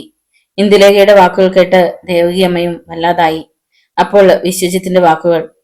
അതെങ്ങനാ എന്തു? കെട്ടുപ്രായം കഴിഞ്ഞിട്ടും മംഗല്യഭാഗ്യമില്ലാതെ നിൽക്കുന്ന ചേച്ചിക്ക് ദാമ്പത്യ ജീവിതമൊന്നും മനസ്സിലാവില്ല. പകരം ഭർത്താവിനൊപ്പം ജീവിക്കുന്ന പെണ്ണുങ്ങളോട് ഒരു തരം അസൂയ. അത് സ്വന്തം അനുജത്തിയാണെങ്കിൽ പോലും. നെഞ്ചു പിളർന്നു പോകുന്ന പോലെ ബന്ധുരിക്ക് തോന്നി. ഇന്ദുലേഖയോട് തനിക്ക് അസൂയാണ് പോലും. ഓർത്തപ്പോ ഒന്ന് പൊട്ടിക്കരയുവാൻ പോലും അവക്ക് തോന്നി. ബന്ധുര ഒരു നിമിഷം എന്തോ ഓർത്തു നിന്നു. പിന്നെ കഴുത്തിൽ കിടന്ന മാല ഊരി ഇന്ദുലേഖയ്ക്ക് നേരെ നീട്ടി. ഇന്ദു, ഇത് 1.5 പവനുണ്ട്. ഇന്ദുലേഖ ഒന്ന് അറച്ചു നിന്നു. വാങ്ങിക്കോളൂ. ബന്ധുര ബലമായി അവളുടെ കയ്യിൽ മാല വെച്ചു കൊടുത്തിട്ട് കാതിലെ 2 കമ്മലും അഴിച്ചെടുത്തു. കൃഷ്ണേ, അവൾ തെല്ലുറക്കെ വിളിച്ചു. കൃഷ്ണപ്രിയ പൂമുഖത്തേക്ക് വന്നു. നിന്റെ കമ്മൽ കൂടി ഊരിയെടുക്ക്. കൃഷ്ണപ്രിയ ഒന്നും മിണ്ടാതെ കമ്മൽ ഊരി ബന്ധുരയെ ഏൽപ്പിച്ചു. ഇതാ, 1/4 പവനിലും ലേശം കൂടുതലുണ്ടാവും, സാരമില്ല, കൊണ്ടുപോയിക്കോളൂ. പറഞ്ഞതും ബന്ധുര അകത്തേക്ക് നടന്നു. അപ്പോൾ അവളുടെ മിഴികളിൽ നിന്നും നീർമുത്തുകൾ അവളുടെ കവിൾത്തടങ്ങളിലേക്ക് പിടഞ്ഞു വീണു. ബന്ധുര നിലക്കണ്ണാടിക്ക് മുന്നിൽ നിന്നു. ശൂന്യമായ കഴുത്തും കാതുകളും. നെറ്റിയിലെ സിന്ദൂരപ്പൊട്ടുകൂടി മായ്ച്ചു കളഞ്ഞാൽ ആര് കണ്ടാലും താനൊരു വിധവയാണെന്നേ പറയൂ. മിഴിക്കോണിൽ നിന്നും ഒഴുകിയിറങ്ങിയ നീർമുത്തുകൾ കൈവിരൽ തുമ്പുകളാൽ ഒപ്പിയെടുക്കുമ്പോ നിലക്കണ്ണാടിയിൽ കൃഷ്ണപ്രിയയുടെ മുഖം പ്രത്യക്ഷപ്പെട്ടു. മോളെ കൃഷ്ണേ, ബന്ധുര അവൾക്കടുത്ത് ചെന്ന് വിളിച്ചു. ബന്ധുരേച്ചി. കൃഷ്ണപ്രിയ ബന്ധുരയെ കെട്ടിപ്പിടിച്ച് വിങ്ങിപ്പൊട്ടി. നിനക്ക് ബന്ധുരേച്ചിയോട് ദേഷ്യമുണ്ടോ? നിന്റെ ദേഹത്ത് ആകെ ഉണ്ടായിരുന്ന ആ ഇത്തിരി സ്വർണത്തിന്റെ തരി കൂടി ഈ ബന്ധുരേച്ചി ഊരി വാങ്ങിയതിൽ? ഇല്ല ഇല്ല ബന്ധുരേച്ചി, പക്ഷേ സങ്കടമുണ്ട്, ഒത്തിരി സങ്കടമുണ്ട്. ഇന്ദു ചേച്ചിയും വിശ്വേട്ടനും ബന്ധുരേച്ചിയെ അങ്ങനെയൊക്കെ പറഞ്ഞതിൽ. നേരത്തെ ഒരു തേങ്ങളോടെ കൃഷ്ണപ്രിയ പറഞ്ഞു. സാരില്ല മോളെ, ഈ ബന്ധുരേച്ചിക്ക് അതിലൊന്നും ഒരു സങ്കടമില്ല. ബന്ധുര കൃഷ്ണപ്രിയയുടെ കണ്ണുകളൊപ്പി. അപ്പോഴേക്കും ദേവകിയമ്മയും അവിടേക്ക് എത്തി. നാളെ നീ എങ്ങനെ കോളേജിൽ പോകും മോളെ? ഇത്രയും പ്രായമായ പെണ്ണ് കഴുത്തിലും കാതിലും ഒന്നുമില്ലാതെ. നീ എന്തിനാ ബന്ധുരെ അതൊക്കെ ഊരിക്കൊടുത്തത്? വേണ്ടായിരുന്നു, ഒന്നും വേണ്ടായിരുന്നു. ദേവകിയമ്മയ്ക്ക് വല്ലാത്ത ദുഃഖമുണ്ടായി. അവരുടെ കണ്ണുകൾ നിറഞ്ഞൊഴുകി. ഞാൻ ഊരിക്കൊടുത്തുള്ളത് ശരിയാ, പക്ഷെ ഇന്ദുവിന് വേണ്ട എന്നൊരു വാക്ക് പറയാറുന്നില്ല അമ്മേ. നമ്മുടെ ഇപ്പോഴത്തെ അവസ്ഥ മുഴുവൻ അവൾക്കറിയില്ലേ? ബന്ധുര ഒന്ന് നിർത്തിയിട്ട് തുടർന്നു. ആ, സാരമില്ല അമ്മേ, ആ കടം തീർന്നു കിട്ടിയില്ലേ, അങ്ങനെ സമാധാനിക്കാം. ദേവകിയമ്മയ്ക്ക് ഇന്ദുലേഖയോട് വല്ലാത്ത ദേഷ്യം തോന്നി. അവൾക്ക് വേണ്ടി ഇത്രയേറെ ത്യാഗം സഹിച്ച ബന്ധുരയോട് ഒരിക്കലും ഇങ്ങനെ ചെയ്യരുതായിരുന്നു. രാത്രി കിടക്കുമ്പോ ബന്ധുരയുടെ മനസ്സ് അസ്വസ്ഥമായിരുന്നു. ഇന്ദുലേഖയ്ക്ക് ഇങ്ങനെയൊക്കെ പെരുമാറാൻ എങ്ങനെ കഴിഞ്ഞുവെന്ന് അവൾ ആലോചിച്ചു. കുട്ടികൾക്ക് ട്യൂഷൻ എടുക്കുമ്പോ ഒരു കുസൃതി കുട്ടി വിളിച്ചു ചോദിച്ചു. അയ്യേ, ടീച്ചറുടെ മാലയും കമ്മലും എന്തിയെ? കള്ളം കൊണ്ടുപോയതാണോ? ബന്ധുര അവനെ നോക്കി വെറുതെ പുഞ്ചിരിച്ചു. ട്യൂഷൻ കഴിഞ്ഞ് വന്നപ്പോഴേക്കും ഒരു വരവുമാല കൃഷ്ണപ്രിയ പഴയ പെട്ടിയിൽ നിന്നും തപ്പിയെടുത്തു വച്ചിരുന്നു.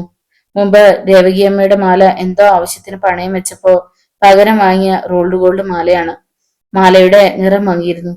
ബന്ധുരേച്ചി തൽക്കാലം ഇത് കഴുത്തിലിട്. കാണുന്നവർക്ക് വരവുമാലയാണെന്ന് അറിയാമെങ്കിലും ഒഴിഞ്ഞ കഴുത്തുമായി ചേച്ചി പോകുന്നത് കാണാൻ വയ്യ. വിളറിയ ചിരിയോടെ കൃഷ്ണപ്രിയയുടെ കയ്യിൽ നിന്നും ബന്ധുര മാല വാങ്ങി.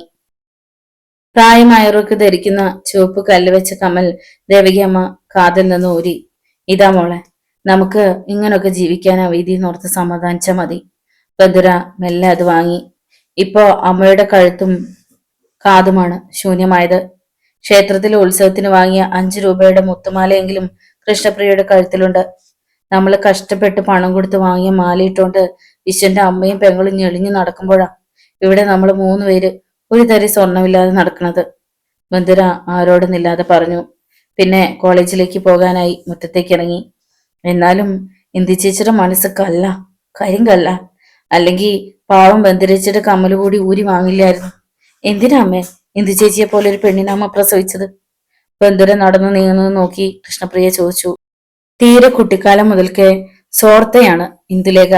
കല്യാണം കഴിഞ്ഞതോടെ അവൾ സ്വന്തം അമ്മയെയും സഹോദരങ്ങളെയും മറക്കുകയാണോ എന്ന് പോലും ദേവകി അമ്മ സംശയിച്ചു. അതല്ലെങ്കിൽ അവൾ ഒന്നും ഓർക്കണമായിരുന്നു. ബന്ധുരയുടെ ഔദാര്യം കൊണ്ടാണ് ഇപ്പോ അവൾക്കൊരു ജീവിതം കിട്ടിയതെന്ന്. ദേവകി അമ്മ വിങ്ങുന്ന മനസ്സോടെ അടുക്കളയിലേക്ക് കയറി. മാലയുടെ ചെമ്പു നിറം ആരും കാണാതിരിക്കാനായി ബന്ധുര സാരിത്തലപ്പ് കൊണ്ട് പുതച്ചാണ് കോളേജിലേക്ക് ചെന്നത്. ഇതെന്താ ബന്ധുര ടീച്ചറെ, ചുവപ്പ് പൂക്കളുള്ള സാരിക്ക് മാച്ച് ചെയ്യാനാണോ ചുവപ്പ് കല്ല് പതിച്ച കമ്മല്? ഗ്രേസി ടീച്ചർ ചിരിച്ചുകൊണ്ട് ചോദിച്ചു. ഏയ്, എന്റെ കമ്മൽ ഒടിഞ്ഞുപോയി, ഇത് അമ്മയുടേതാണ്, അവൾ ഒരു കളവ് പറഞ്ഞു. ക്ലാസ് തുടങ്ങാൻ സമയമായപ്പോ ബന്ധുര സ്റ്റാഫ് റൂമിൽ നിന്നും ഇറങ്ങി. ഓഫീസിന് മുന്നിൽ ബാലചന്ദ്രൻ സാർ നിൽപ്പുണ്ടായിരുന്നു. അയാളുടെ അടുത്തെത്തിയതും ബന്ധുര നിന്നു. വിരുന്ന് കഴിഞ്ഞ് എന്തിലേക്ക് തിരിച്ചു പോയോ? അവൾ തലയിളക്കി. വിശ്വം വന്നിരുന്നോ? സന്ധ്യക്ക് ഞാൻ ചെല്ലുമ്പോ വീട്ടിലുണ്ടായിരുന്നു. 1.25 പവനുമായി ചെന്നാ മതി എന്ന് പറഞ്ഞല്ലേ ഇന്ദിലേക്ക് തനിച്ചു വിട്ടത്? അതില്ലാതെ അവര് പോയോ? ആ ബാധ്യതയും തീർത്തു ബാലചന്ദ്രൻ സാറേ. അയാൾ പൊടുന്നനെ അവളെ നോക്കി. കാതിൽ പഴയ കമ്മലില്ല, കഴുത്തിലെ മാലയിൽ ചെമ്പു തെളിഞ്ഞടക്കുന്നു. അപ്പോ കാര്യങ്ങൾ അവിടം വരെ എത്തി അല്ലേ? ബാലചന്ദ്രൻ ഓഫീസ് റൂമിലേക്ക് കയറി. ഓഫീസിലിരിക്കുമ്പോൾ അയാളുടെ മനസ്സ് മുഴുവൻ ബന്ധുരയിൽ വട്ടം ചുറ്റുകയായിരുന്നു. ഒരു കുടുംബത്തിനു വേണ്ടി മെഴുകുതിരി പോലെ സ്വയം ഒരുക്കി തീരുകയാണ് പാവം ബന്ധുര ടീച്ചർ. ഒരിക്കൽ പോലും ആ മുഖത്ത് സന്തോഷത്തിന്റെ നിഴൽ വീശി കണ്ടിട്ടില്ല. ഇനി എന്തെങ്കിലും ഒരു പൊൻപുലരി ബന്ധുര ടീച്ചറിന്റെ ജീവിതത്തിൽ ഉണ്ടാവുമോ? അന്ന് മുഴുവൻ ബാലചന്ദ്രന് വല്ലാത്ത അസ്വസ്ഥതയായിരുന്നു. വൈകുന്നേരം ക്ലാസ് കഴിഞ്ഞ് സ്റ്റാഫ് റൂമിലേക്ക് കയറുമ്പോ പ്യൂൺ രാഘവപിള്ള ബന്ധുരയോടായി പറഞ്ഞു. ടീച്ചറെ, ബാലചന്ദ്രൻ സാറ് വിളിക്കുന്നു. ബാലചന്ദ്രൻ സാർ എന്തിനാണ് വിളിക്കുന്നതെന്ന് അവൾക്ക് അറിയാമായിരുന്നു. പൂശുമാലയും അമ്മയുടെ കമ്മലും എല്ലാം ബാലചന്ദ്രൻ സാറ് ശ്രദ്ധിച്ചിട്ടുണ്ട്. അവൾ ഓഫീസ് മുറിയിലേക്ക് ചെന്നു. ടീച്ചർ ഇരിക്കും. അവൾ അയാൾക്ക് അഭിമുഖമായി കസേരയിലിരുന്നു. അയാൾ അവളെ ആകെ ഒന്ന് നോക്കി. വിഷാദഭാവത്തിലിരിക്കുകയായിരുന്നു ബന്ധുര. ആകെ ഉണ്ടായിരുന്ന ഇത്തിരി സ്വർണം കൂടി കൈക്കലാക്കിയപ്പോ അവർക്ക് തൃപ്തിയായി അല്ലേ ടീച്ചറെ? ബാലചന്ദ്രൻ മൃദുവായി പുഞ്ചിരിച്ചു. ബന്ധുര മൗനത്തിന്റെ വാത്മീകത്തിൽ ചുരുണ്ടുകൂടിയതേയുള്ളൂ. ജീവിതം എന്ന് പറയുന്നത് ഇങ്ങനെയൊക്കെയാ ടീച്ചറെ. ഒരു കെട്ട് അഴിച്ചു വരുമ്പോഴാവും മറ്റൊരു കെട്ട് മുറുകണത്. ബാലചന്ദ്രൻ ഒന്ന് നിർത്തിയിട്ട് ഗതകാല സ്മരണയിൽ മുങ്ങി താഴ്ന്നിട്ടെന്നോണം തുടർന്നു. ഞാൻ ഒത്തിരി അനുഭവിച്ചവനാ ടീച്ചറെ. ജീവിതത്തെക്കുറിച്ച് കൂട്ടിയും ഗുണിച്ചും ഹരിച്ചും എഴുതി കുറിച്ചു വെച്ചവയെല്ലാം പിഴച്ചുപോയ മരമണ്ടന ഈ ബാലചന്ദ്രൻ. ടീച്ചറെങ്കിലും ഒരു മണ്ടിയാകാതിരിക്കാൻ നോക്കണമെന്നേ എനിക്ക് പറയാനുള്ളൂ. നോവലിന്റെ തുടർന്നുള്ള ഭാഗങ്ങൾ കേൾക്കുവാൻ വേണ്ടി ചാനൽ സബ്സ്ക്രൈബ് ചെയ്യുക. നിങ്ങളുടെ വിലയേറിയ അഭിപ്രായങ്ങളും നിർദ്ദേശങ്ങളും കമന്റ് ബോക്സിൽ രേഖപ്പെടുത്തുക. വീഡിയോ ഇഷ്ടമായാൽ ഒന്ന് ലൈക്ക് ചെയ്ത് ഒന്ന് ഹൈപ്പ് ചെയ്ത് മറ്റു സുഹൃത്തുക്കൾ കൂടി ഷെയർ ചെയ്ത് നൽകുക. നന്ദി. വീണ്ടും കാണാം.